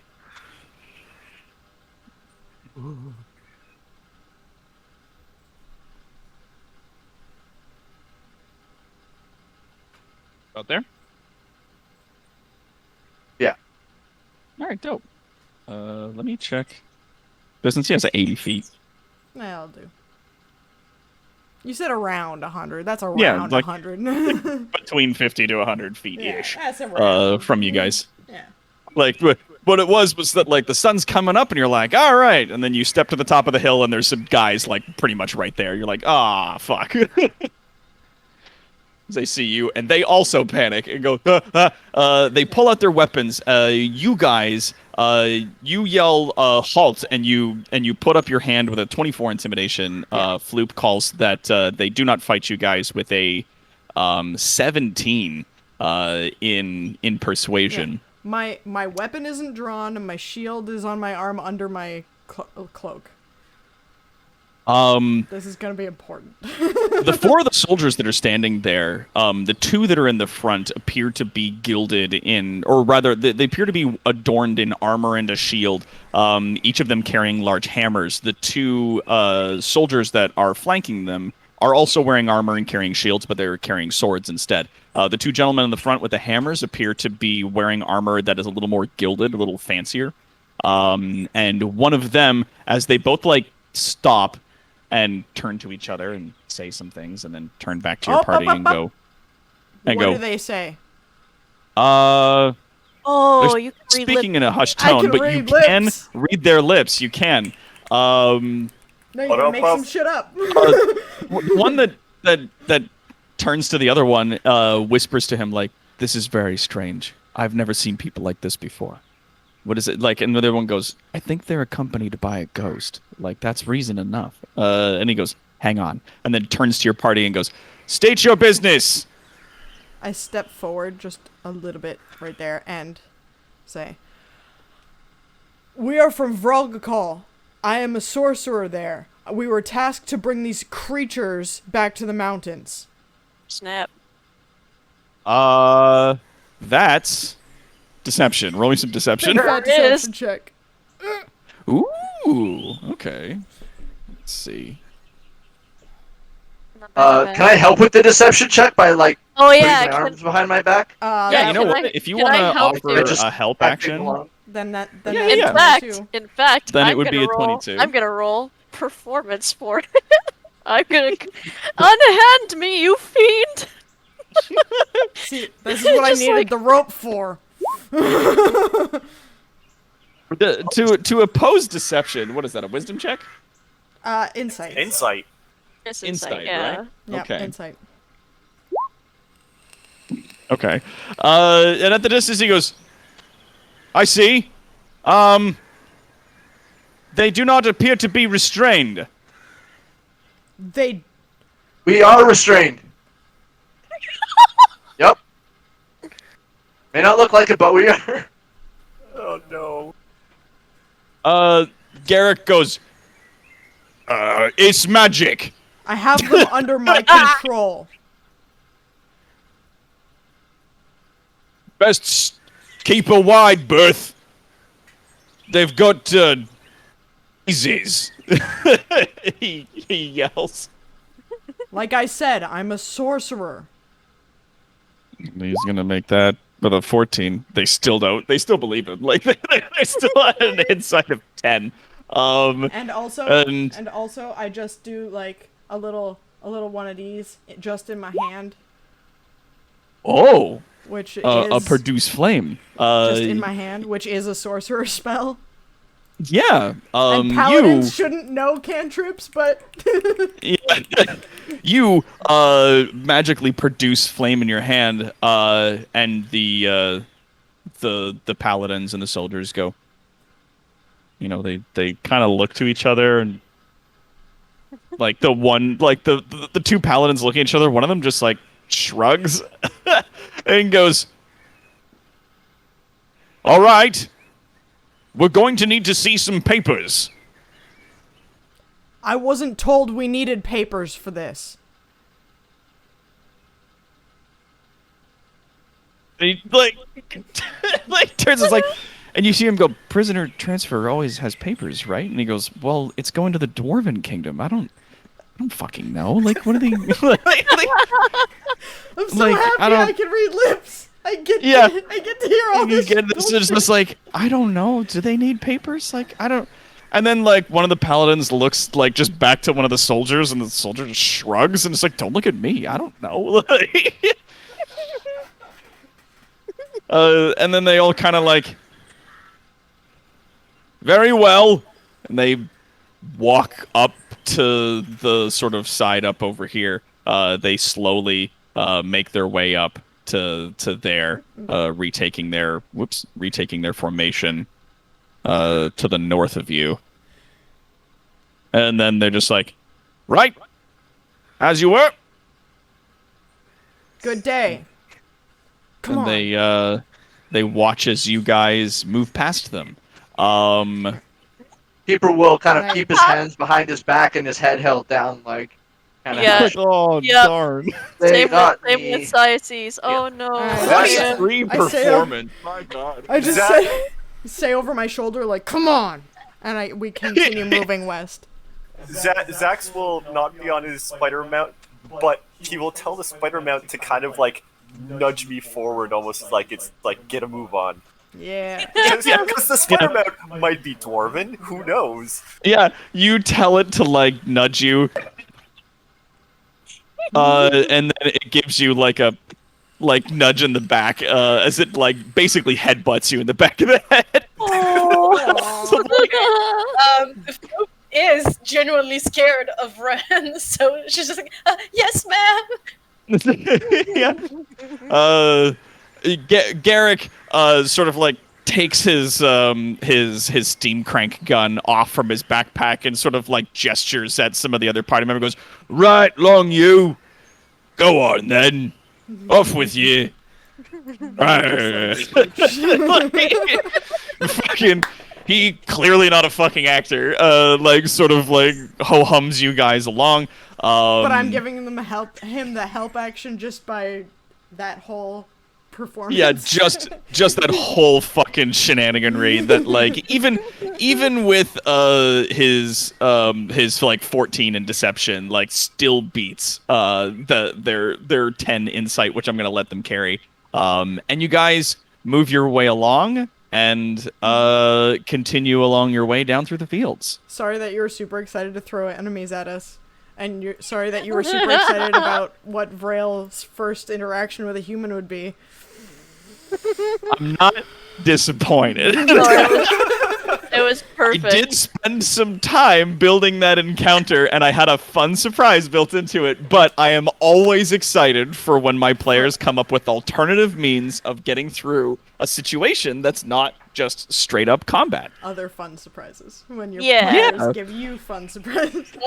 Because to me, that's just as fun. Like, that whole situation where you guys talked your way out of fighting was just as funny as getting into a fight and actually going through the shenanigans. Oh Just again, Floop just holds her tummy like, ugh. My Grumnola did not like this. Oh no! You I guys must continue painting being prisoners until you're out of sight of the paladins, and then continue on your way. I must say, I am surprised you opted for deception rather than bloodshed. Keeper says to Vrail. Vrail is slightly shaking. Like, Oh. it's not fear on her face. Insight? Vrail is seethingly mad. So incredibly angry. Yeah, Garrick, noticing this, puts his gun back onto his backpack and then just goes like, right, so it's very nice weather today. So, tries to make small talk as he continues walking, just being like, yeah, it's cool, everything's cool, super cool and fun. They'll die when I want them to die. It's probably for the best, so that we keep a low profile. If they find that like Yes, that people was are the point. missing, Yes, that was the point. Mm-hmm. But yes, that was what I brought the rope for. Oh. Ah, smart move.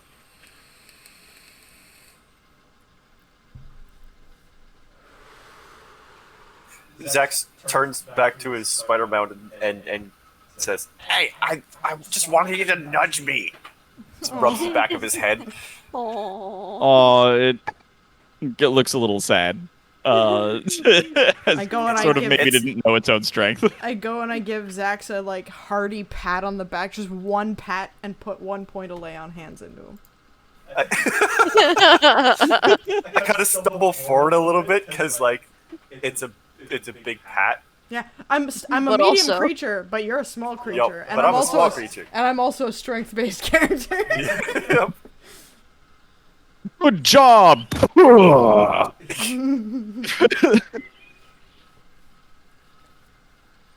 So yeah, and then we continued on our way. Yep. And off you continued, making your way along to the west. The day actually goes by, aside from that particular encounter, the day goes by relatively without incident. As you guys continue making your way. Oh yeah, let's go sailing. Yeah. Sailing music. Yeah. Yay! Oh, this music will come back around if you guys ever make it to the ocean. Yeah. That's the plan. I'm excited for it. But yeah, so as you guys are continuing your way along, the day goes by relatively without incident. Occasionally, Garrick will pick up a stone that you guys are walking past, and will sort of muse in not in a braggadocious kind of way, but we'll sort of muse to Floop if Floop listens, and to Siaces about the different kinds of stone and the different ways in which it could be carved, and that many people misunderstand that there's a grain to it, and that if you carve it certain ways you have to use certain tools and techniques in order to get a sharp edge or a beveled edge or whatever. Sort of just jammers on about stonework. Yeah. Vrail's eyes glaze over again. Just, Vrail oh my god. Noticeably yawns. Does not hold it He's back super at all. Yeah. Does not care. Just, oh my god. The long snake unhinges her jaw for an extra big yawn. Yeah, she does the extra big yawn. She does the snake yawn, but she's human sized and shaped, so it's really weird. Some cryptid shit back there. Rail, our favorite Extremely cryptid. Zax pipes up with the discussion of rock. Oh, I helped make spearheads and stuff with my smith tools. Garrick to that is actually marginally impressed as he turns about and he goes, "Oh, really? Yeah. Spearheads for other folk like you?" Not specifically where we come from, no. But we stayed in a village, and to help him out, I helped him make spearheads out of flint. Oh yeah. That's a good stone. That Need to use place magic was if I really significantly- shape a stone. That place was significantly less advanced than where we're from. Ah, yes. With the orc folk to the north.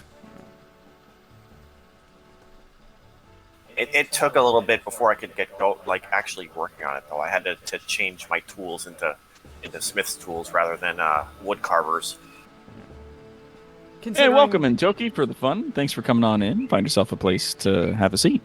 Considering where we're from, builds things like that, and I motion over to the Gobwalker. It was Zex pats it. very strange. So, where you're from? That's, a kingdom, eh? Through the mountains and in a portal that people apparently don't know about. The big doors. Up in the mountains, the Karaj Okay, to you- the north. Alright, okay, you know about it. It's those, Well, I've those halflings. we've have heard no of the idea about doors. them. Well, that's the, I mean, so far as we can tell, it's known as the Uzkula, the undead. If you go through the doors, you die. And he kind of, shrugs to the rest of the party like this is common-ish knowledge. Well, Zex looks to Sices. Yes. Happened to her. Not pointedly, but more just like a kind of a side glance. You can use, and Vrail looks to the dwarf and says, "You can use her as an example." Yes, I suppose you could. She walked So in, not- and now she's undead. Not the Uzkula like the skeletons, like, Ungi bones or anything like that, but more like ancestors, like you. Luke kind of rolls her shoulders, and she's like, "Well, it leads to a safe haven for anyone that is different than the humans, the elves, the dwarves. It's different enough for the humans to attack on sight. Yeah, it's a safe haven, and that people think just going through the door is equal to death is kind of a good thing because we don't want war. We just want to live." Aye, that's true. And he kind of regards and sort of measures and examines each of the members of the party briefly, sort of appraises everyone as a group for a moment, and he goes, "Aye, all right, that makes more sense then. For all you to be traveling together as you do." Yeah, it's a mix of folk there. But Well, there is a significant undead population. And lots of Really? goblins. Yes. lots of Grobian ancestors then, eh? Nods and just Well- not because you are an undead or you do not go fully to the other side. It doesn't mean that you're evil per se. So we give a place to these people who are not accepted anymore. Now you have a dash of Dawi amongst your ranks, it seems. Are there any Dawi or Ungi or Witelgi in your kingdom? I'm and gonna the- need a reminder of Vrail's what concerned these and actually humans, elves, dwarves. humans, elf, dwarves. Yeah, Okay. yeah. Humans, elves, and dwarves. To your immediate knowledge, there is one human. I'm gonna roll a history check to see if I have ever seen one. If you have ever And, even seen like- the guy who's there. Like, I was There's pretty some guy certain named that Bob. that group of 4 people was the first living humans that Vrail had ever seen. Yeah, Dale. Dale! Luke just lifts her head Dale's And like, it's like, hello. the only human that I actually actually ever met in here was the werebear. I do remember that. My cousin Floosh just passed out seeing the poor guy. He always passes out. Oh, was that a were creature? Yeah, the huge bear creature that was walking through the woods, and actually Vrail with a 19 in history. Word would have reached you, being among some of the higher society that lives within the kingdom of Autometh, deep under the ground. You would have caught word that a human was brought into the kingdom a little while ago, but it was allowed entrance solely by the fact that it had been cast out from its own people because it turns into a huge raging bear monster. And so it was rescued by another away team that was on the surface and was actually brought back to the kingdom and sort of settled somewhere within the woods. It lives alone there now. The only human's the janitor named Scruffy. That's your boiler. That's your turlet. That's your boiler turret. Dare you to fire me.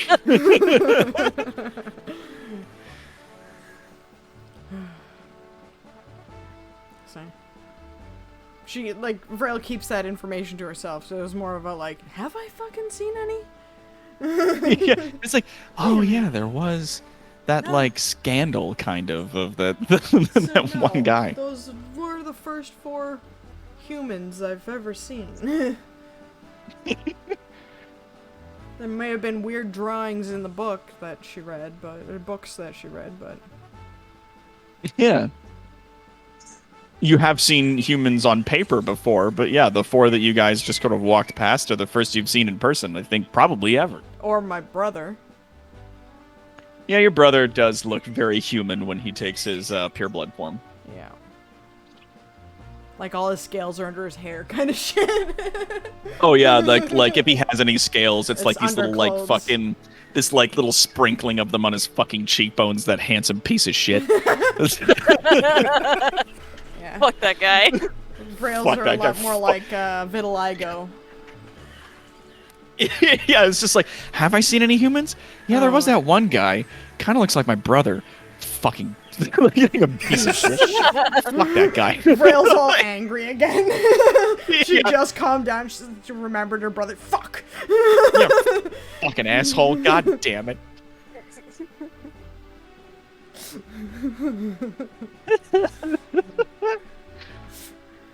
Ugh. Yeah, wait till the B team brings back Claire. Genuine human child. Yeah. Oh jeez. Full actual human child. So yeah, we yeah. continue west. Zach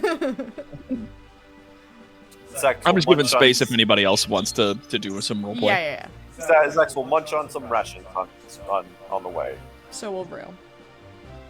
I should Nice. mark that off. As So we'll we'll keep- keep on listening to everything that Garrick has to say about his culture, new words that she can learn and stuff like that, because she's impressed by how much stone can take different types of care depending on the stone, just like flowers and plants, even though it's completely different. So she's super into it.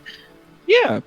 Yeah, and if you mention that there's like different kinds of flowers and they do different things and they survive in different areas, then he'll be like, yeah, like stones also come from different areas and they come about differently and they have different qualities. It's like, softer stone might want to be used for carving little trinkets or being used for parts and certain inventions or things like that. It also weighs less than some of the denser stone, which like is made certain ways. And he like it again like picks a rock out of one of the fields that you guys are walking in and describes it a little bit, and even like breaks one of the rocks open with his hands and sort of like crumbles it a little bit, and talk about how that's a bad stone, that it's like softer, more crumbly stuff that typically you have to dig a lot deeper to find like purer veins of granite, and that like that's good for whatever. And even talking about the type of stone used to make the one big tooth that he's replaced in his mouth. Floop is nodding and taking note of everything. She has a new talkie-walkie partner, and she's happy. Hearing Garrett go on and on about stones make keep her nostalgic for the cave walls of his hometown. monastery. Hmm. Yeah, and you have the beads carved from that stone. Yeah, he Razor. Keeper kind of reaches up and fondles them a bit. Actually, and then he gets the idea to have Garrick take a look at them. Yeah. You actually. Ooh. Okay. So you bring those beads. I was just like, oh yeah, I fucking forgot. You bring the beads up to Garrick and you show them to him. And he like makes a motion for permission to take them to examine them. Keeper nods and takes them off of his head. Yeah, and he like sort of like turns them over a little bit, looks around, gives them like a sniff, and sort of like turns them over a bit, like feeling them a bit with the tips of his fingers, and then like taps the side of his helmet pretty hard, and like the little sort of magnifying lenses like slide down to allow him to sort of have a closer look to them, and he turns them over and he goes, "Where did you get these?" These beads were carved from the cave walls and the stone around the monastery where me and my people are from, where I grew up, where we reside, where we train, from our home. I keep an eye on the dwarf with these stones now. Yeah, he like is a little amazed by them, and you see he like almost stops walking and like sort of like catches himself and then continues forward to catch up to where everybody else is, jogging a little bit for his stout legs, sort of like feeling along the like takes off his gauntlet that he had on his right hand and starts like sort of feeling along with the tips of his fingers and running his fingers along the different symbols carved into the stone itself, and he goes, "That's fascinating. I've never seen any stone like this before." And you'll give them Okay. back. Is that Yes, good? of course. And he hands them back to the guy, and he goes, "Well, I'm not some scaz." Oh, I didn't think you were. I gave them to you in good faith. Of course, of course. May I ask what is so fascinating about these? Well, and he's like, it's incredibly dense, and it's just not a type of stone I've ever seen. It is exciting to find new things. It is. I'd Perhaps certainly like to see more stones like this, see what I could make with them. Not yours, of course, you keep those. But you say they're made from the same stone as the cavern walls, your monastery. correct. They have been handed to me from my masters. Perhaps if I go back and if we meet again, I can procure you a sample. Or if you were to come back to our world, you Hey. could potentially see more. He, like, pauses at that for, like, a hard moment and goes, "You honor me. Thank you. Keeper That's very gives, kind." Keeper gives a polite and solemn bow. And he, like, puts his glove back on and, like, makes a fist with his right hand and, like, clacks it against his chest in a way of, like, saluting. Yeah. And he's just like, "Right, I'll remember that." Garrick will remember this. Garrick will remember this. You better write down all keeps these walking. things that he better remember. Oh, I'm fully making notes. Like, don't you worry.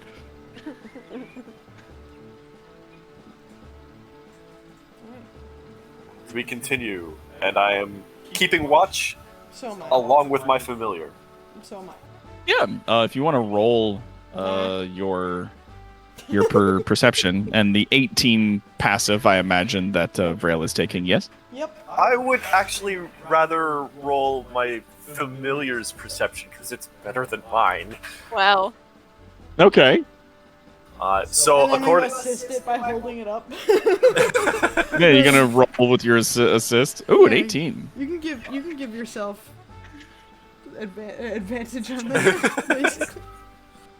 Yeah, as you guys are walking along, you definitely don't miss a beat in like keeping an eye on the horizon. Having run into those humans recently, that you're like definitely staying vigil of your space now and making sure that when you're at the top of a hill, you check your surroundings, and then when you get to the bottom of the top of the hill, check your surroundings. That was a natural one. Roll it Yes, it again was. because you're helping it.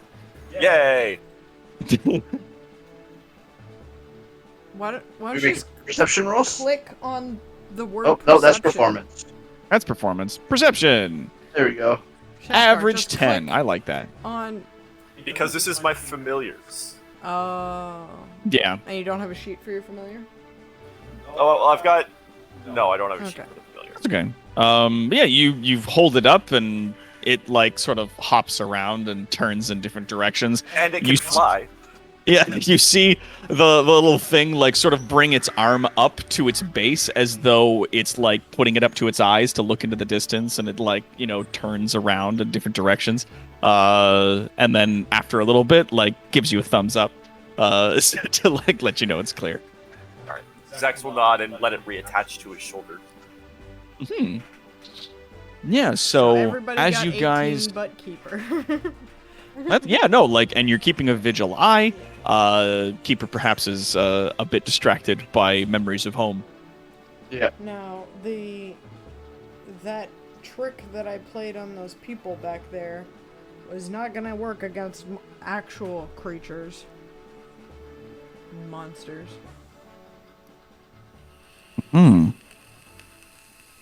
I Oh no. but- I am thinking maybe just in case we encounter more humans like this, we might want to make use of that rope that you had suggested. Yeah, I take out the rope and I like give it to everyone and like wrap it around my arm and hold it. Just hold the rope until we see something and then just wrap it around your arms. Yep. Sounds good. Everybody Okay. hang on. Everybody hang on to the buddy rope. Yeah, I was gonna say that's very cute. It is very very much kindergarten. like a Oh, like a Rail field has trip. already Everybody's felt holding like a rope. the babysitter this whole time. Like she's just leaning into it now. Like, well, She doesn't Big give it Snake Mom's gonna give everybody a leash, I guess. and she doesn't give it to the dwarf either, because why would she? Yeah. Just rolls her shoulder and like, oh, okay. I guess I'll try my new spell another time. What are you talking about? New spell. Yeah, I was practicing and meditating, and I wanted to try if it works on me. Hold on. And she just stares at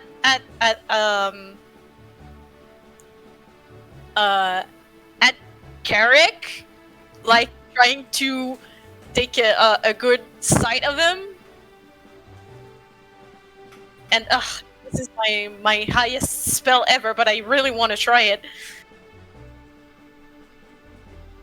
Polymorph. Oh my god. Oh, Transforms a creature you can see within range into a new form. An unwilling creature must make a wisdom saving throw to avoid the effect. This spell has no effect on a shape changer or a creature with a hit point of 0.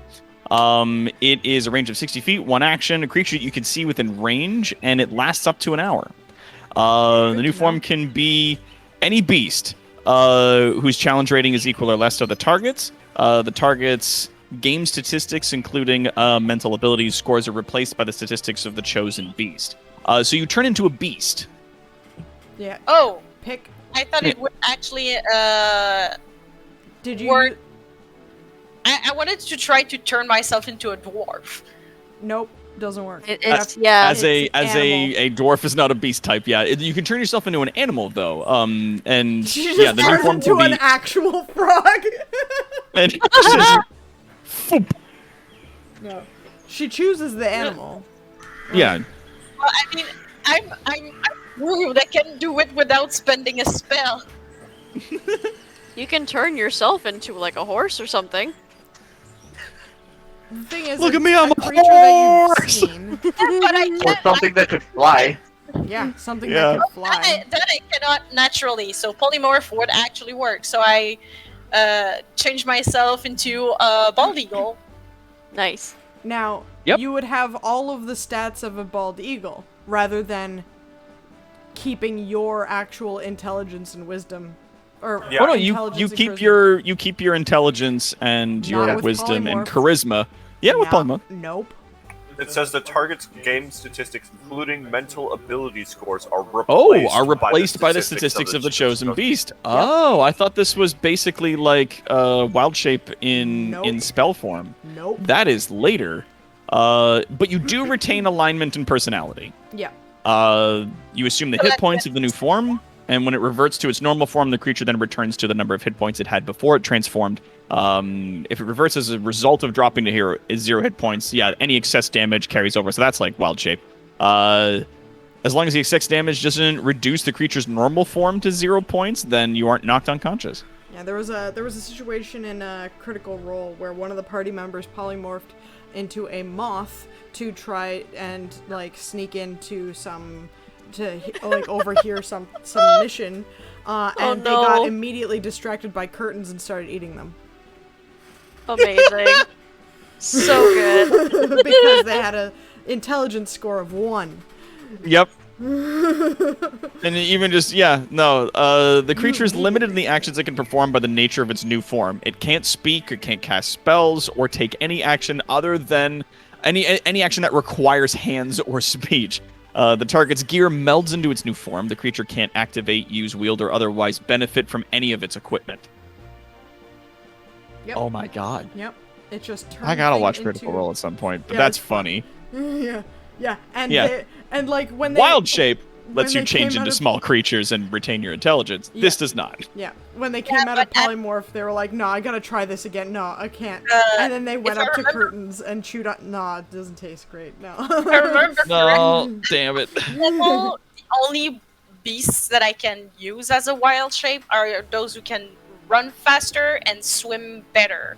The flight ones Those are higher are level ones. Yeah, at a higher level, you'll get that ability. polymorph is kind of an in between Yeah, polymorph. until I can do it. Polymorph is whatever creature you've seen before. That's it. I Like, turn into an eagle. Turns into an eagle, flies away well, somebody was like, into the distance. Like, oh, I dang it. I do want She to. wakes up at like a couple hours later in a tree with no memory of how she got there. "Yep." I do want to go survey the land, see if there's more, like travelers and stuff like that. Yeah. So pick a smart animal. The eagle's not stupid, but No, eagles are Flying good. monkey. eagle might be good. Yeah, Eagles eagle might are- actually work really well for Eagles you. and owls are tend to be the good flyers. I'm gonna be an owl because they are smarter. They also have incredible stealth checks. she turns into an owl and start like surveying the. Yeah, actually, Esteban brings up a smart point. Ravens are incredibly intelligent birds. If you wanted to try Oh. that. Yep. Yeah, let's. Either. Ravens also can speak. Oh yes, that's true. Ravens can speak. Yeah, I'm gonna go into a raven. Now, All right, we'll so- see the You'll What be the about as smart stats as a are. raven, but yeah. for a raven. You know, don't knock it. Corvids are really, really smart. Let's Fucking smart. Like, Yeah. really Like complex ridiculous problem smart. solving. Yeah, and magpies will fuck you up. Okay, a raven has an int score of 2. Better than 1. Just the 2, huh? Owl. That's disappointing. Yeah. How much do owls have? Owls have an int score of 2. God damn it. Eagle. int score of 2. Well, it's your call then. You look the parrot because Giant eagle Yelling. is still a beast. Yep. Int Though it has to score be of within the 8. CR. CR. Half The- CR, or quarter CR. CR1, Yeah, 1/4. giant eagle. Or CR. Yeah. Okay. So it's Giant eagle is challenge rating 1. is equal to or less than the target's level. Yeah, so it's a lot. Oh my god, you could Yeah. transform into a fucking CR7 creature. Yeah. You could just be an elephant if you want. which is bananas. Like if you look up Bananas. beasts, Could be an owl bear. Yeah, giant eagles and giant owls have good int scores. you are gonna scare the shit out of some people if you see any of them. Oh yeah, That's a fucking big owl. yeah. Int score. Winona. African gray parrot. Okay, yeah, bad news. They all have an int of 2. That's right, that's right. Yeah, it was like, Nah, it was the giant giant versions that I was thinking of. Because then also you could also pick up party members with them. true. That's the giant. OG Yeah, the Chef TV has been sent by giant Casey eagle and is in the giant chat. Hello and welcome. Owls. But I think it's specifically creatures that you've been able to see before. Yeah, so I'll probably just stick up with a bald eagle, and I'm just gonna go survey the land. Oh no, it doesn't. No? It does not say that you have to have seen one before. Interesting. Yeah. Yeah. it's The per the rules wild looking at shape 'em is a right there. creature you have to have seen before, whereas polymorph is not. Oh, that's so dope. Then I can be a giant eagle, right? Yeah, yeah, Oh, yeah. absolutely you can. You just can't speak. You Cast can't spells. understand. You can't understand us though. You can understand as long as you have a int score high enough to understand. It's giant eagle. It Yeah. specifically says. Yeah. I become a giant eagle. Thank you for the follow. You are Chef, now and yeah, bigger you- than Braille. Hold on, we got something bigger for that. Man, I'm barely You transform hearing into a huge fucking eagle. What do you do? Vrail looks up at the eagle that is Yeah. standing there. Garrick, the dwarf traveling with your party, panics. Immediately withdrawing from that immediate thing, like falling back and like trying to maybe like get cover behind a rock that he sees. Floop will just turn back around towards where they are heading and do a few hops forward, indicating that she's going that way, Go and for it. kind of offers her back if anyone wants to try to fly. Oh boy. Well, let's Max see. will decidedly not take that opportunity. Yeah, if you haven't guessed that Garrick doesn't like being off the ground at this point, you certainly get the notion of it now that he 100% is not interested Yeah. in flying. Vrail definitely also does not look like she's about to hop on the back of the eagle. That being said, for your information, Floop, the giant eagle's flight speed is 80 feet. Oh. So, in a whole round, you could move 160 feet in 6 seconds. That's fast. And also has advantage on perception checks that rely on sight. Yep. So, that's why giant eagle. So, if you want to do circles and look around at the distance, by all means. You have that up for an hour, I believe. Yep. So I would like to point out that if people out in the distance see a giant eagle with a human-sized person on its back, that's going to look suspicious. Yep. And I'm not So- getting up there. As I'm on the much ground, as I'm good. Sciaces is kind of tickled at the idea of being able to see from super up high and going on a fun flight, she's Yeah. just like, probably not wise. To be fair, though, we could get there that much faster. I probably can just like I'd be willing to make a few lifts left and right. I fear that it may run out while we have several party members in different locations. And we're gonna just have everybody plummet from the sky to their death, and that's the end of the 18. Thank you everybody for joining us. To, Chronicles of Automath. We'll see the B team next week, and see if anything similar happens to them. About it mercenary, but no. I would say Flute that gets hit by as her you're the own one rock. concentrating Or on no, the by spell, Zax's rock. that you know how much is Yeah. left of it. Yeah, you know how much is left of it. So Yeah. you could land, or you could plan to land. Yeah, I'll make like just checks, and I'll survey the road for them. Yeah. So yeah, you like just spread these huge feathered wings, and then with their first beat down, take off into the sky. The rest of them, Garrick at the very least, for however close he's standing, gets blown backwards onto it. It breaks my eyes, like the fucking dust and rocks. And Zax's shit. HUD gets blown back. Yeah, fuck. And yeah, you rocket into the sky over the Empire of Light, the Empire of Bervalden. Stretching out in every direction, you see these rolling fields, the mountains to the distant west. You actually see a number of other things, but give me a perception with advantage. Actually, what's the Great Eagle's perception? Because you're using yeah, its I'll stats look in at- full. Oh Oh, yeah. Probably It's better. perception, Eagle. passive perception 14, Okay. perception plus 4. Yeah, so 1d20 plus 4 twice. Twice, yeah.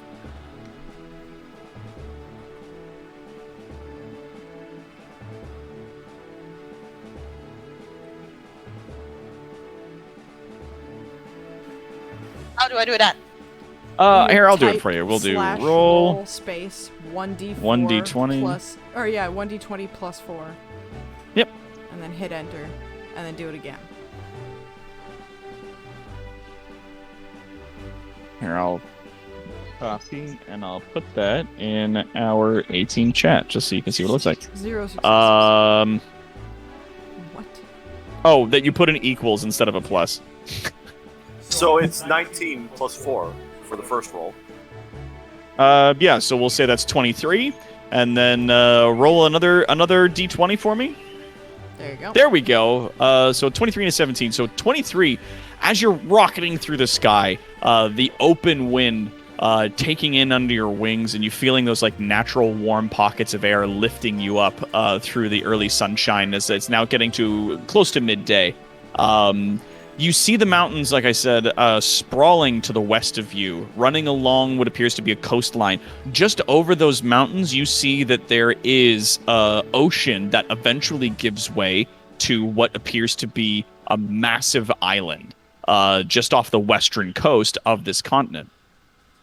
You're crazy high up, like you're hundreds of feet in the air at this point, so like you have crazy far in terms of your view, and especially with the eyes of this creature, you can see very, very far. You also see that between you guys and the mountains, which appears to be at this point like maybe another day and a half's worth of travel, you see that there is a large farming town that's just outside of the Mountain Kingdom. The great stone gates of the Dwarven Kingdom stand imposingly against the mountains far to the west. To sort of back to the east and a bit south, you do see that there is the town of Abraniel. Here, I'll bring you back to the map. Hey, I didn't say stop. There we go. Yeah, so you see the town of, Igris, far to the behind where you guys are, and the farming town of Alora, which appears to be between you and the Dwarven Kingdom of Rogakal.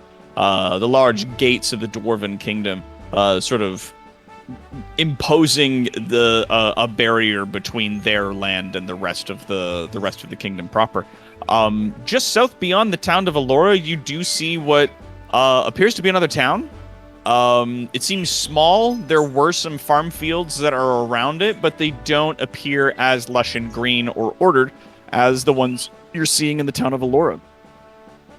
To the south and east of you, you do see the massive alabaster stone gates and walls of the Empire's capital.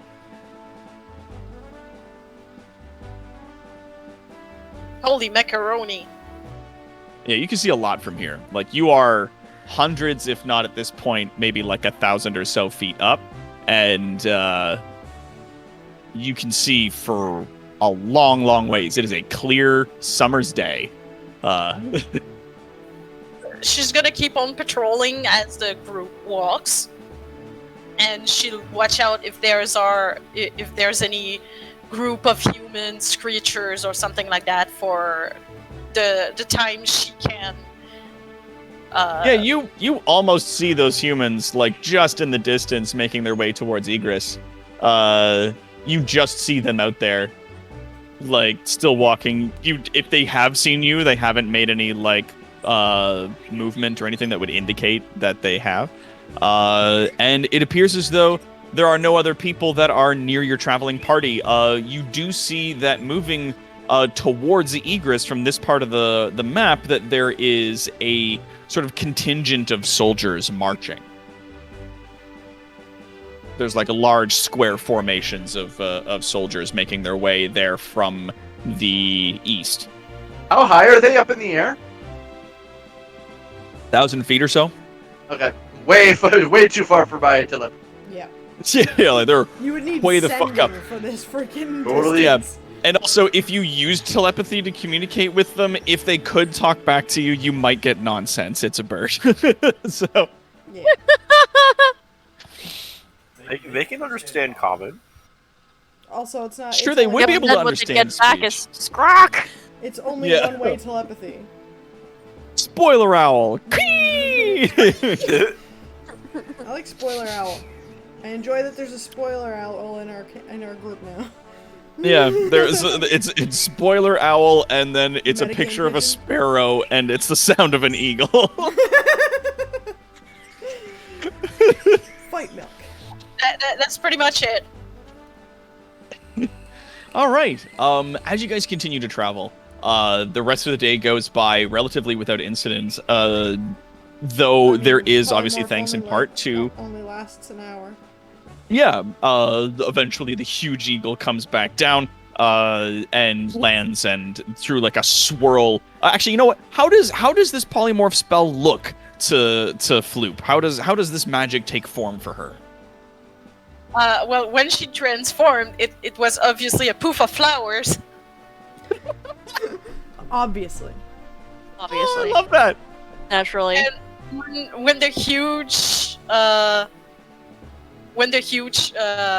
eagle lands, like a few feet before landing, it explodes in like flower petals, and she's just floating down one to finish her landing. Oh, that's adorable.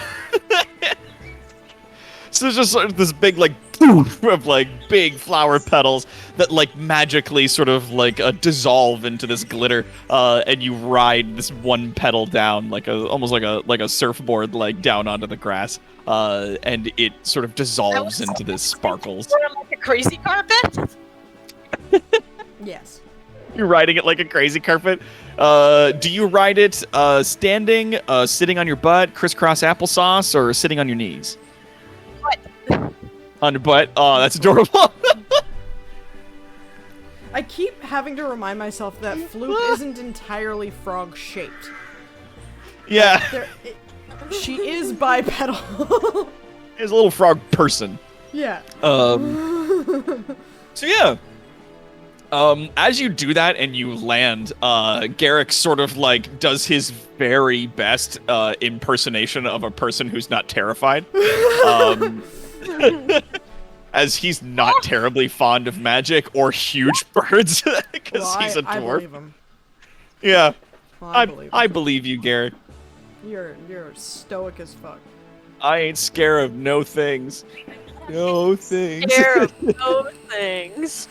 As soon as she lands, she updates her map to put more details on what she had seen. Yeah. Actually- You make little additions and notes. I feel like Vrail's insight check being a 4 on that is, of course, why would he be afraid? That's just Floop.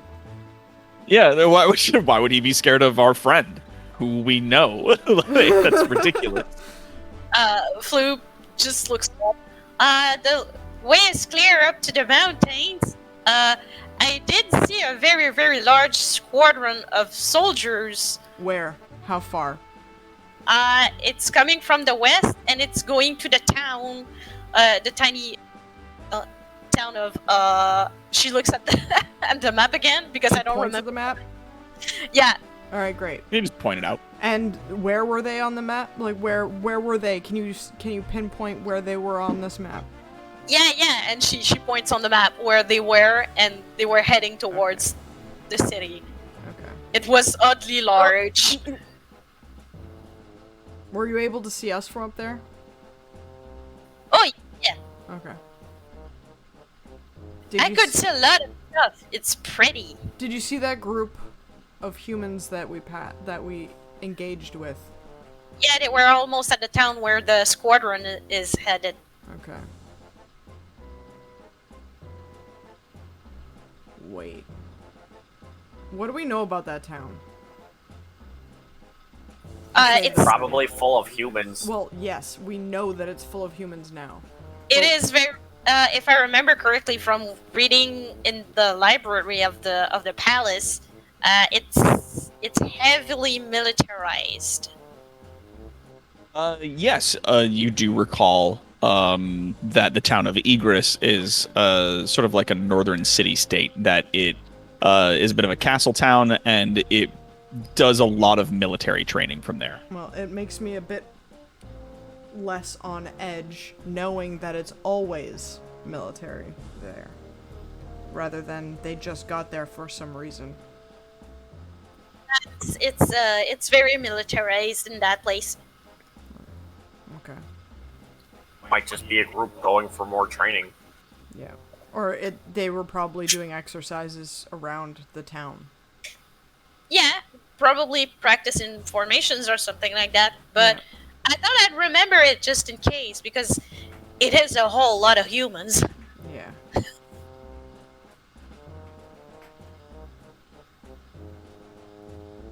It'll take you a flight There's room next week for- if we aren't careful. Yeah. So yeah, you guys make the notes on the map and continue on your way. Yes. Eventually, as you guys are moving along, you do come to. I'm just going to use this picture because it works best. The sort of distant edge of the castle town, or rather the farming community of Elora. We can do better than that. We can. This is Garrick the wrong Stone. music now. No, this is the wrong music. That was Gary. That was Yeah, Garrick's Garrick's drudging music as he fucking drags his feet. Kind of A do. little bit of do. doofy. A tiny bit. He's a little doofy. So yeah, you guys see in the distance that there is like a collection of houses and huts, and there's sort of like one or two large buildings in the center of a relatively open area. A lot of dirt paths coming in and out, and a lot of big farm fields surrounding this area. And there's all number of things being grown here. There's like wheats and vegetables and potatoes and a number of other things. If anybody would like to do a perception check. 18. 18. Anybody else? Very That looks 20. pretty good. Move. Floop, now that she's we're near a village, instead of polymorphing, she uses a form that is a bit more common there, and she just takes the form of a corgi. Good job. You're gonna polymorph again into a corgi? Nope. Wild shape into a corgi. Wild shape. Oh, wild shape. Yes, that's right. Yes. So yes, you're a wild shape into a corgi. I'm not gonna That waste is my fantastic. time more on a corgi. With a little flower in its hair. Flower on its hair. Now, Now that you are a adorable dog, Garrick gives you little pats on the head. sweet little waddle Um, baby. A little waddle baby. Wow. Waddles. Little It loaf of drag bread. the tiny dog tries to wiggle its tail, but it doesn't have it, so the whole butt shakes. He just wiggles his rump. With a 20 in perception and also Vrail with your 18, looking over the town in the distance, you can see that there is a collection of different structures. Like there are definitely some buildings made from like wood and stone with like a thatched roof or wooden roofs. And then you do see that there's like on the further side of the town, there is a collection of smaller, like similar sized buildings, but they appear to be made entirely of stone and they are like block square. Do we see any people moving about? You do. Are they dwarves? With a 20 and an 18, I'm going to say in the distance, you do see that there is a number of people sort of going about their business. No one's really taken notice of you yet, as you guys are on like the far end of some of these fields. And you see some people moving about. They're definitely humanoid in shape. You do notice that some of them appear to be dwarven as well, because they're like shorter, much stockier, wider than humans. With Garrick traveling in your party, you have like an easy comparison that like, yeah, there's some dwarves walking around in the town as well. But it's like it's a distance off. You guys are basically small, nondescript figures in the distance to them. And it appears as though no one's taken notice. Zax, for all of you trying to get an eye for what the hell is going on, your third arm is repeatedly pointing forward at like the town, being like, "Look, there's people. Look, and it keeps pointing. It's very distracting. I don't know exactly what it's pointing at. It's just pointing towards there. I'm like, okay, yes, Yeah. thank you. I see the town because I can't communicate with it like telepathically or anything. I got it.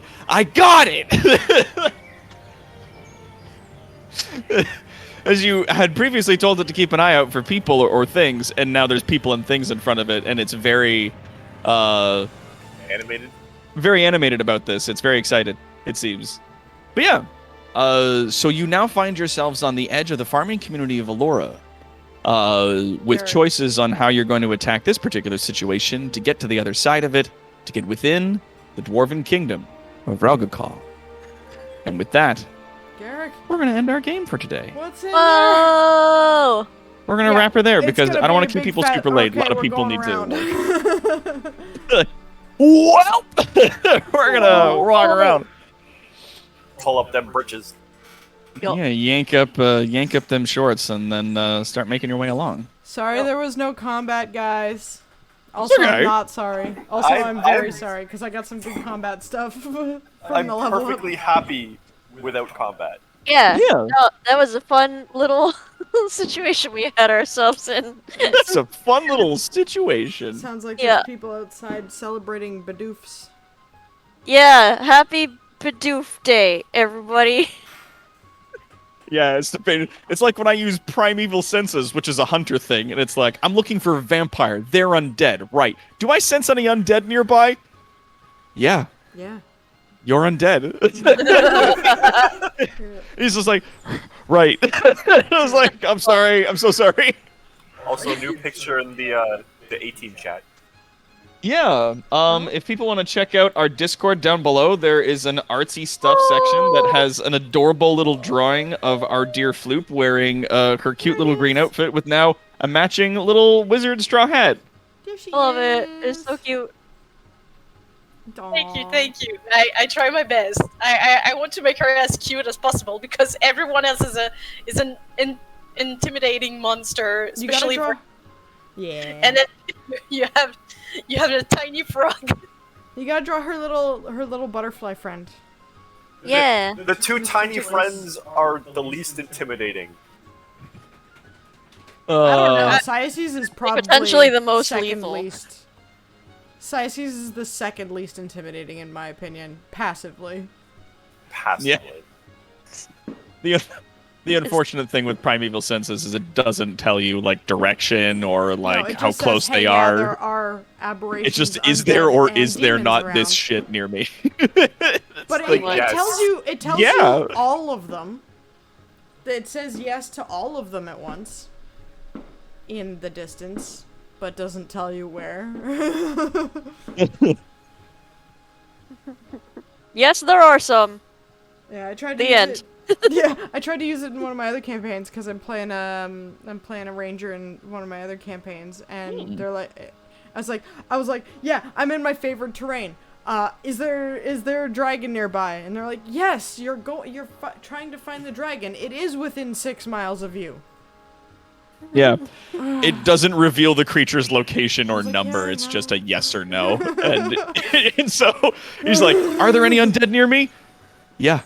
It's like, oh, God damn. right. Damn it. Fuck. Damn it. I'm sorry. Love you all. Have a good night. All right. Well, Yeah. thank you all so much for coming out to our live stream. This has been a huge amount of fun running this show for you guys. I know we didn't get any combat, and I may or may not gush about the fun thing that I came up with off air, or I might leave it and maybe use it again at a later time. We'll see. Yeah, maybe. Yeah. I'm so very excited. But we run until into next them on the time, way out. yeah. And Oh, I'm in fuck. snake form, and I'm like, shit! Oh shit! Dang it! But until then, though, my bravest of citizens, I have been your kind of benevolent DM this evening. Hopefully, Toronto's greatest supervillain and evil genius, Dr. Terawatt. We are joined by the most wonderful players that we have here with us. Our D20 Love Chew, Cassie, playing Cyaces, our Banshee Bard. Good night, everybody. Be good to each other, and happy Bidoof Day. Hell yeah. And we've got the Spooty Poots coming on in with a stream on her channel as well, playing N. Vrail Olo, our UNT abomination. I didn't kill them. I told you. I had a plan. I had a plan. It involved violence. not murder. And of course, we've got the killing chick, KC, coming along playing our Grung Druid, Floop. Yeah, I'm super cute with flowers and petals. I heal with friendship and love. Turn into corgis and stuff. So fucking Forever. adorable. God damn it. Goop is best one true pairing. And of course, we've got Warden coming and playing our Thrycreen Monk Keeper. And he's muted. I think he's muted. Greetings to all. Yeah. muted? Oh, No? now you're good. Not anymore. Oh yeah, no, my mic was just a little bit too far from my face. Oh, okay. Whoops. And of course, last but certainly not least, we've got Shaskar playing our Goblin Artificer, Zax. I'm gonna start launching rocks into the air, and I have no idea where they're gonna land. Could Yep. be anywhere. And we'll expected see that. you all again tomorrow on our next live stream and next Thursday for our next game of D&D End of Life.